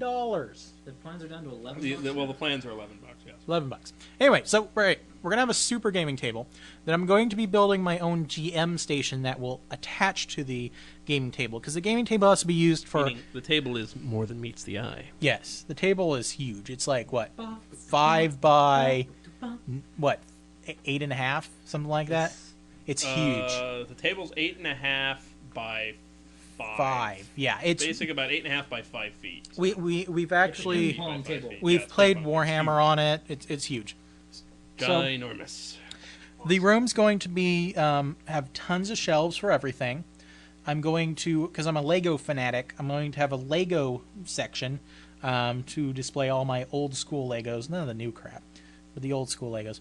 Then we're going to have a paint station, as well as a modeling terrain station. There's going to be a sound system, which I'm slowly working on. A mini fridge, which we're going to paint like the Tartars from Doctor Who. At some point, if I have the room in there, which I should, I'm going to put in a very small bar. We've already got the lighting.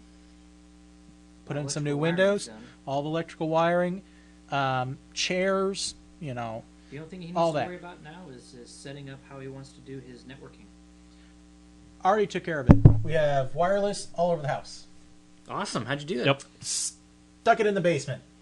So it works in the basement. You All get we wireless did is It goes through the floor just fine. It just doesn't go through the. Stuck it through It doesn't the floor. go through the concrete walls. It won't go through the walls, but it'll the come walls up that through the I'm floor. pretty sure would survive a nuclear blast at this point. Yeah, all we did was. So if zombies attack, we're going to his house because nothing's getting through those walls. To another router. That's all we did. Sweet, awesome. Set up one router as a wireless access point in the basement. Wow, good idea. Works everywhere, and very inexpensive. But anyway, Yes. so I'm still going to wire my house. I'm a geek. What can I say? You are a geek. Don't have that type of budget, so not. I've already gonna got do that everything. Right now. I don't have that. So, but anyway, the pictures are up. Working on it, should be done hopefully in a month. I don't know. I'm gonna keep taking pictures, and if you have any ideas, put them on the forum. Yeah, go to the forums and talk about what you want in it or what your suggestions are. Follow the progress of the construction on the website. As I get pictures from Jeremy, I'll put them up there. So check them out. CanadianCrusaders.com. We're going to do all the gaming that I normally would have at my house down there. So yes, and it will be awesome. Well, we'll be back right after this.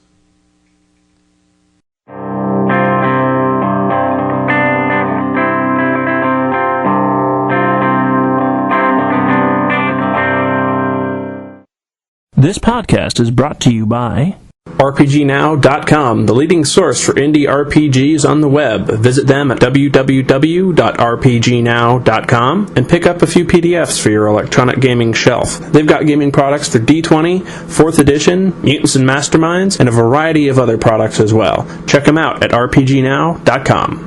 And gmdice.com, one of the best sources online for dice of any kind for any game. You can look at their GM blog, Roll Virtual Dice, check out their vast assortment of dice from 4-siders all the way up to 100-siders. And you get a random free die with any order over $10. Visit them at www.gmdice.com.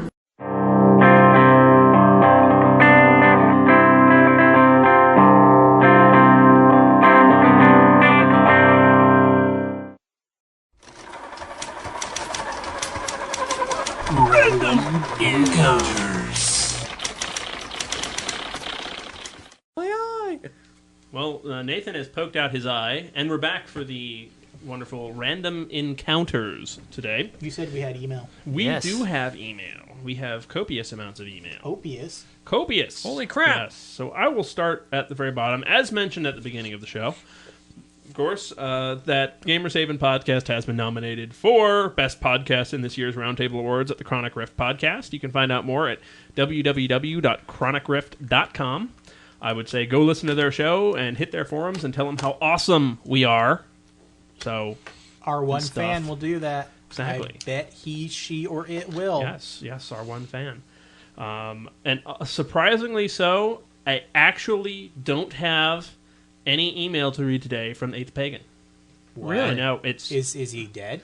No, I have been talking to him, but nothing really of importance. As long as he's okay. He is still alive. He's like our number one fan. Yeah, he supports us through. However, had I known that bitching about how much I hate Wizards of the Coast and their decision about the character builder, had I known that would generate an inundation of 3 whole emails. Whoa. We should do that more. I would have, I would have done it sooner. Really, first up, I got an email from Rick Jones. Now, I'm thinking this must be Rick Jones from Rick Jones, who is the Incredible Hulk's buddy, but I don't know. Sweet. If he is, don't send the Hulk this way, please. I apologize profusely. If you are not him, I don't care. You did say, no, I do care. He did say, for the record, if you want to just have the character builder, you can subscribe for 1 month, download the builder, let it update itself, and then cancel your subscription at the end of the month. The character builder will work, and you just don't get any updates. Like if you did that now, you wouldn't get the Player's Handbook 2 classes because they're not out yet. He also said, great podcast. So it was good. Oh, okay. Thanks for slapping that on the end there. Yay! No, and obviously he's not complaining, and we do appreciate Rick Jones. Rick Jones!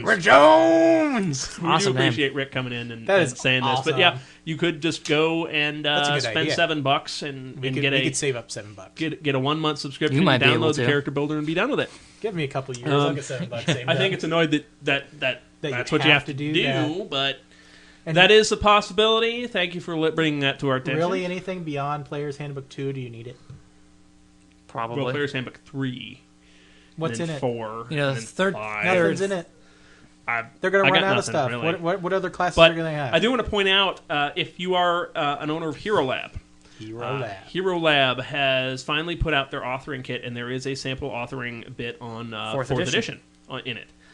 You have to, in order to use it fully, you have to spend $20 on their Savage Worlds and authoring kit, which is probably bundle, worth it. Which was fine with me because I run Deadlands anyway. So yeah, that Savage Worlds kit's pretty. The authoring kit makes editing the program a lot simpler. It's still a long, drawn out process, but I find that there's less code needed to do it. But so far, I've had some good luck adding some races and that sort of thing. Nice thing about it, and the way they're getting around it, because obviously we just talked about the GSL. Yeah, they can't do it. Well, do they have what they have is really they're still releasing it under OGL, and it's just a 4th. They're not calling it Dungeons & Dragons, just 4th edition character builder. And I'm sure WotC's probably going to come after him for it, but that's fine. But you go to wolflayer.com, which is Wolflayer Development. They're the people behind Hero Lab. You can go there, download buy the $20 expansion to Hero Lab, updated all to their newest version, 3.1, I believe. 3.1C or something like that. Go on there and also look in their download section. You can download the D&D Insider Downloader, which is a basic program. Whether or not you have a subscription to D&D Insider or not, what it does is you run it from you put it in the directory that you installed Hero Lab in, you run it from the directory, and it goes out to the web, goes into D&D Insider and downloads all the data from the D&D Insider, converts it over to... That's going to end badly. Yes, I think so. This is going to converts end it to Hero Lab stuff and then dumps it in the Hero Lab folder so you can actually use it. What were they smoking? You don't need to have... Well, I don't know if this... I think this was a fan who wrote this, so... that fan is going to disappear in the dark. Because I'm so annoyed with what Wizards of the Coast and their character builder, go out to Hero Lab, buy their product, buy that, and get this done right now. Because that fan, he's totally screwed. Yes. They're going to find him, and he's going to die. But he's anyway, not going to die. He's just going to disappear. We did get our second email on the D&D Insider We'll rant. never know what happened to him. It'd be like Jimmy Hoffa. Oh yeah. We did get another email from Probably Chad. Bury him in our headquarters as a warning to us. Don't worry, I've got ventilation underneath all the concrete. That'll be cool. We got an email from Chad Stevens. It said, "Hey guys, I love the show, but I'd like to weigh in on the D&D Insider and Character Generator comments in episode 43's rant. What makes a good deal will vary for everyone, but there are some points where I think you're just off the mark. We're never off the mark. No, we're never. Well, we're always right, of course. I mean, that was except on Tuesdays. I hate Tuesdays. Yeah, we're not right on Tuesdays. The Character Generator demo does only go to level 3. Yes. It's more than a beta. It is functional, but it's just a demo. I do know they have moved past the beta now. You can get the fully functional up to 3rd level version that you can't customize. My games are stopping at 3rd level. Yeah, I know. Just play to 3rd level and stop. You're done. Also, you mentioned that you didn't expect to ever see the PHB. See, this is kind of... I don't remember saying this, but also you mentioned that you didn't expect to ever see the PHB2 content added to the Character Generator or to get continuing support. In response to that, I don't remember saying that. If I did, I apologize. Did I say it? I might have said it. Because I say a lot of stuff. But yeah, I mean, I do know that it is going to be updated if you are a subscriber. Yeah, but it's one of those things. If you're not a subscriber, you're boned. Yeah. Now, I think what he might be getting at is even if you have the demo, it's still going to update itself just for the first 3 levels, which is useless. I see. Anyway. This was probably the first thing that got me the most, is what he says. The Character Generator is regularly updated with content from new books, like the Adventurer's Vault, Forgotten Realms campaign setting, Martial Power, and just about everything that appears in Dragon are included as options for your character. It'll even allow you to make characters based on preview material like the Barbarian, which is cool, not bad. Yeah. I understand they've changed the Barbarian quite a bit. Had $7... just sitting around, wasn't being used. used. This is not even the $7. It's just the three. Gotta go above 3rd level. Yeah. Sorry. You could probably do it all with the spreadsheet, but adding that much content as it comes out would be a full-time job. Totally agree with you on that. That's ridiculous. Being on a spreadsheet. Love Excel, but yeah, it'd be ridiculous. I hate Excel. It's a pain in the ass. I'd rather do it in Access. As far as Dragon and Dungeon, I still feel like I'm getting a good deal. Some people just don't like PDFs. There's no sense in arguing that. It's just a matter of taste. I hate PDFs. Still, I feel a good amount of content without having to rely on the U.S. Postal Service to deliver it. That's fine. I have no problem with PDFs. I love either. the Postal Service, though. They give me everything I'm upset right on that time. You can't just or even I really think that they should. Up. I really think that they should sell the PDF version of. It's like, all right, well, here's issue 392 of Dragon. Maybe I just want to buy that. And it's $5 as a PDF. Maybe I don't want to buy the rest. Fine. Maybe I don't want the rest. Don't subscribe. Of the Just sell it as an individual PDF. I'd be happy with that because some of us don't want Dungeon. Yeah. Some of them don't want all this other stuff. I We just want Dragon Magazine. That's it. I don't remember which one I bought, Dragon or Dungeon. I don't know. I only bought one. Now, Dungeon. You only bought Dragon. He continues because you hated Dungeon because they had the one that was the flip over where one was Dragon and one was Dungeon. And Dungeon was crap. I hated that. Anyway, he continues. I am disappointed that the online game table isn't up yet. I've been following it pretty closely, and I think you may have some incorrect information here too.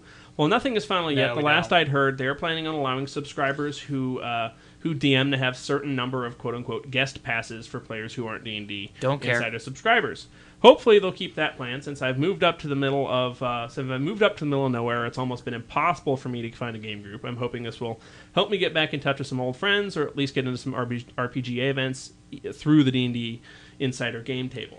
Keep up the good work. See you in episode 44, Chad. I have one problem with the game table. If I wanted to play an online massively multiplayer role-playing game that was based on D&D, I'd play Stormreach. But as we all know, that game's crap. Yeah, there's that. I just play World of Warcraft. And no, that's fine. I think the point we were trying to make is none of us are going to use the game table for anything. Everybody's right here. I do understand that's a preference. If you're living out in the middle of nowhere, I think it's going to be great for you. And I really do. I'm happy. Actually, I want to say to Chad, I'm glad he's listening. Oh, yeah. And his opinion counts. Yes. And we love the feedback. No, it does, because we don't get a lot of emails. So his opinion really counts. But there is a but. There is. Third level. It sounds like D&D Insider is great for him. It's and I think it's a case-by-case situation. It's not for us, but it's for you. If I had the $7, if you want to send me $7 every month, fine. Because I have to admit, it would be great to have all that stuff updated. Just automatically. It would be. But the fact of the matter is in this current economic system, I can use my $7 to do something else. Yeah, you could use the $7, I don't know, to buy yourself a sandwich to eat. I'm sorry, but eating's a little bit more important to me than a character builder. We do appreciate... Because that's all I would use D&D Insider for. We do appreciate the comments, so keep them coming. Yeah. Well, we have one more email. Is it hate mail? Hate mail? Somewhat. It's not, we're It's getting not like very polite hate mail. Is it going to make us cry? No. No. Oh, no, certainly not. We got another email from Tom Mueller. Mueller. Oh, sorry. I had to do that. Bueller. Tom's Bueller. But we can't about say our episode 43 DDI rant feedback. He said, "Wow, you raised my hackles with that rant. Sweet. I subbed to D&DI for a year as soon as possible, and I haven't made a better D&D purchase since I picked up a Dragon Eye booster, when those came out. I think Dragon Eye was as a miniatures booster. What was this rant about? The D&D minis. What is it? Bueller? Right. Mueller. The character builder is nice. I can keep all 10 PCs updated for both campaigns I run and create PDFs of the character sheets as needed. For 3.5, I used Hero Forge, and it was great, mostly, but did not automatically update every month with everything into the D&D magazine plus print products. The D&D Compendium is also a tool I use multiple times a week, just for access to monsters. Holy shnikes, he says. He actually says shnikes. Well, that's at least redeeming. Exactly, yes. Good choice of words. There are a ton of entries. It is still somewhat limited, but the new print option, although suboptimal, is functional. It's just print screen. It's just a print screen stat block thing. They need to work on that, obviously. Obviously. The other D&DI tools I don't have much need for. The monster and encounter builders, but hey, those are jimmies on the icing. And for the rest of my $4.95 a month. Now, granted, you bought a whole year, so I mean you're getting it for $4.95 a month. I get a friggin' campaign. The Scales of War has allowed me to run a second separate campaign. Yes, my group needs more DMs. Not to mention Dragon Magazine, and I'm just fine reading PDFs on my 21-inch widescreen monitor. I sure don't need to. That was aimed at you. Yeah, I have a 51-inch. 1920 by 1080 monitor that I can use, but I still don't like reading PDFs even when the letters are 4 inches tall. It's a stupid thing to read a book on a monitor. 4 inches is obviously not big enough. You need See, he just likes... I want letters that are 6 foot he's tall. He's obviously not green, and he wants to kill trees. But that's fine. We all hate trees. I mean, we're in Kansas. There are no trees in Kansas. Anyway... Yeah, every place in the world must be a plain like Kansas. Yes, exactly. I sure don't need to have dead tree mountains. And he says here, I sure don't need to have dead tree versions of most articles. I'm not really into hoarding periodicals. The dead tree! Neither Consumer Reports, Mental Floss, nor Dragon magazines. Maybe he's a druid. And I like the Dragon magazine PDFs. It's fine. Again, I'd like to just be able to buy that and not D&D Insider, but whatever. I don't think it's. This is sort of getting into PDFs, reading PDFs on your computer, and to each their own. If you don't like it, don't read it.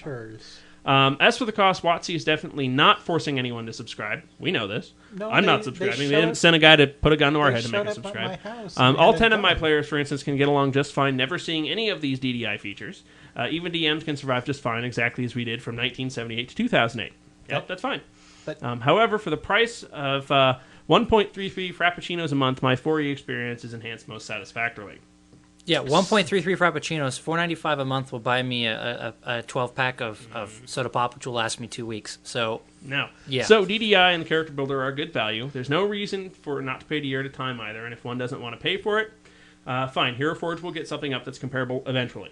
4E, on the other hand, took some toys from the Wizard and Cleric and sold them to give fighters and paladins nifty stuff. Thus, the 3.5 Wizard has a PS4 with a VR interface and a force feedback codpiece, while the 3.5 Fighter got a piece of string. The 4E Wizard is a 360, while the Fighter has a Wii. I think that's his signature. I just think it's amusing. Thanks for the email, Tom. Really. Yes, we appreciate the feedback. Yeah, yes. Trying to make me feel little by saying you have a 21-inch monitor does nothing, because I have a 19-inch 4x3 monitor on my desktop and my screen is still larger. Nathan's very touchy about this. On top of that, I have a 32-inch TV I can use as a monitor and a 51-inch. We just sort of let Nathan talk a lot, and I edit him out anyway. So. Yeah, I know. Because he doesn't listen to the show. Really, when we're talking about this mysterious third guest, people go, "Who is this third host?" We don't have a third host. Yeah. So his hackles. They're like the Stig on. I'm still stuck on the miniatures. Oh yes. The D&D miniatures in any way, shape, or form of crap. I think the main thing we wanted to get out there for that was if you like D&D Insider, great. Enjoy it. You want to be a fanboy of D&D Insider? Fine, that's your prerogative. I don't see the point in how much. I don't see the point in the price that they've put on it. And everything I've seen up to now for that money is not worth it to me. If the economy gets better, I will say this: if the economy gets better, and I get to a better financial situation, I am going to try it. Mm-hmm. I am going to try it just because one of us needs to take the leap. Mm-hmm. But apparently, out there in the vast sea of D&D players, there are indeed 3 people who do subscribe to D&D Insider. And they sent us almost hate mail. I know. It's awesome. Honestly, though, please, guys, you can be more vicious next time. Yeah, we can take it. Truly, though, we live in Kansas. We deal with the winter every year. We do appreciate all your comments. I mean, because that's true. It's good to have a second or outside opinion. Yeah. On So top if of it's that, working for you, none of us really care how big someone's e-peen is. So mentioning electronic equipment, we don't really care. Remember, Nathan's a little hung up on that. Yeah. But no, I will wire the house, by God.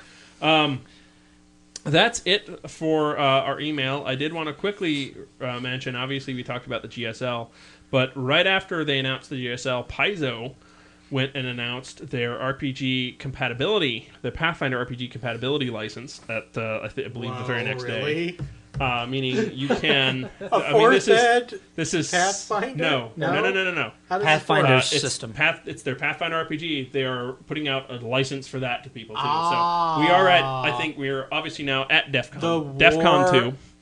Where we have the war of editions going on. 3.75 versus 4th edition. No. We can't call it 3.75. We have to call it Pathfinder edition. Pathfinder 3.75. 3.75 versus 4th edition. 4th edition. Steel Cage. In the next show, yes. My money is... Well, we'll talk about it later where my money is versus 4th edition in a Steel Cage this Sunday only on pay-per-view. I'd rather just make up stuff. Yeah. Yes. So I hope he does well. I hope it does well too. It's interesting. That keeps WotC on its toes because it's like, hey, they could steal your fans. But I will tell you, one of the shows I listened to, 2D6 Feet in a Random Direction. It's one of the hosts on it is a game store owner out in California. He was talking about how in the last several months, Pathfinder sales have completely stalled. No, that's bad. That's bad because then D&D won't have anybody to face off, and they'll be like, "I can put out crap now." We'll see. Well, D&D. I think Paizo does great stuff. Yeah, and I think it would be awesome if Paizo did great stuff for 4th edition. They could also keep doing stuff for 3.75. Yeah, they can. I mean Pathfinder. Yeah, 3.75. Which one? 3.75. Pathfinder. Right, and that's fine. Go with what you like. I don't see. The thing is, I bought the beta book because once again, I have problems. 3.75. Yeah, you bought the 3.75. Yeah, I did. But the thing is, I have problems reading text for long periods of times on a monitor. That's fair. Yeah, that's my major problem with why I don't like PDFs. It's not. There's nothing wrong with having a PDF. My problem is that I just get my eyes get tired staring at a monitor for 3 hours. It doesn't matter how big the TV, the monitor is. It's the refresh rate gets to you. Well, yeah. And the thing is, if my monitor doesn't do 120 hertz, I'm going to have problems. I can watch I can watch the fluorescent lights flicker for crying out loud. And it just gives them a headache. That's fine. Yeah. No, we love you, Nathan. We're going to put you back in your box later. Yeah, I'm a freak anyways. But no, I bought the beta book. Hopefully you'll be better after the surgery. They're going to take all that stuff out and replace it with bionics. Yeah, they'll build me faster, stronger, better. But no, I bought the beta book, and the beta book is okay. There's some obvious problems, but it is a beta. But I would like to see... the door is open, I think, with the GSL how it's written. The door is open. You can have a Pathfinder 4th edition. But yes, with the throwdown with the licenses now, we have several generic licenses out there now. I mean, you can get basic role-playing Cthulhu licenses out there. Well, BRP, there is the Savage Worlds BRP license. and Chaosium Cthulhu the True 20 license. There's tons of licenses out there now, but now we have 2 competing D&D licenses. Oh yeah, it's on. Yeah, it's on like Donkey Kong, and it's going to be like Death Race 2. We're going to have... This time it's personal? This time it's personal. It's the taking it to the streets. It's the ultimate fight of ultimate... What is it? It's the ultimate showdown of Ultimate Destiny. Exactly. Yes. What is that from? That's nice. Yes. That's a wonderful song. And on that note, and on as on Top Gear they say, on that bombshell, we're going to leave you. Thanks for listening. Peace out. Night. This concludes the broadcast from World Control.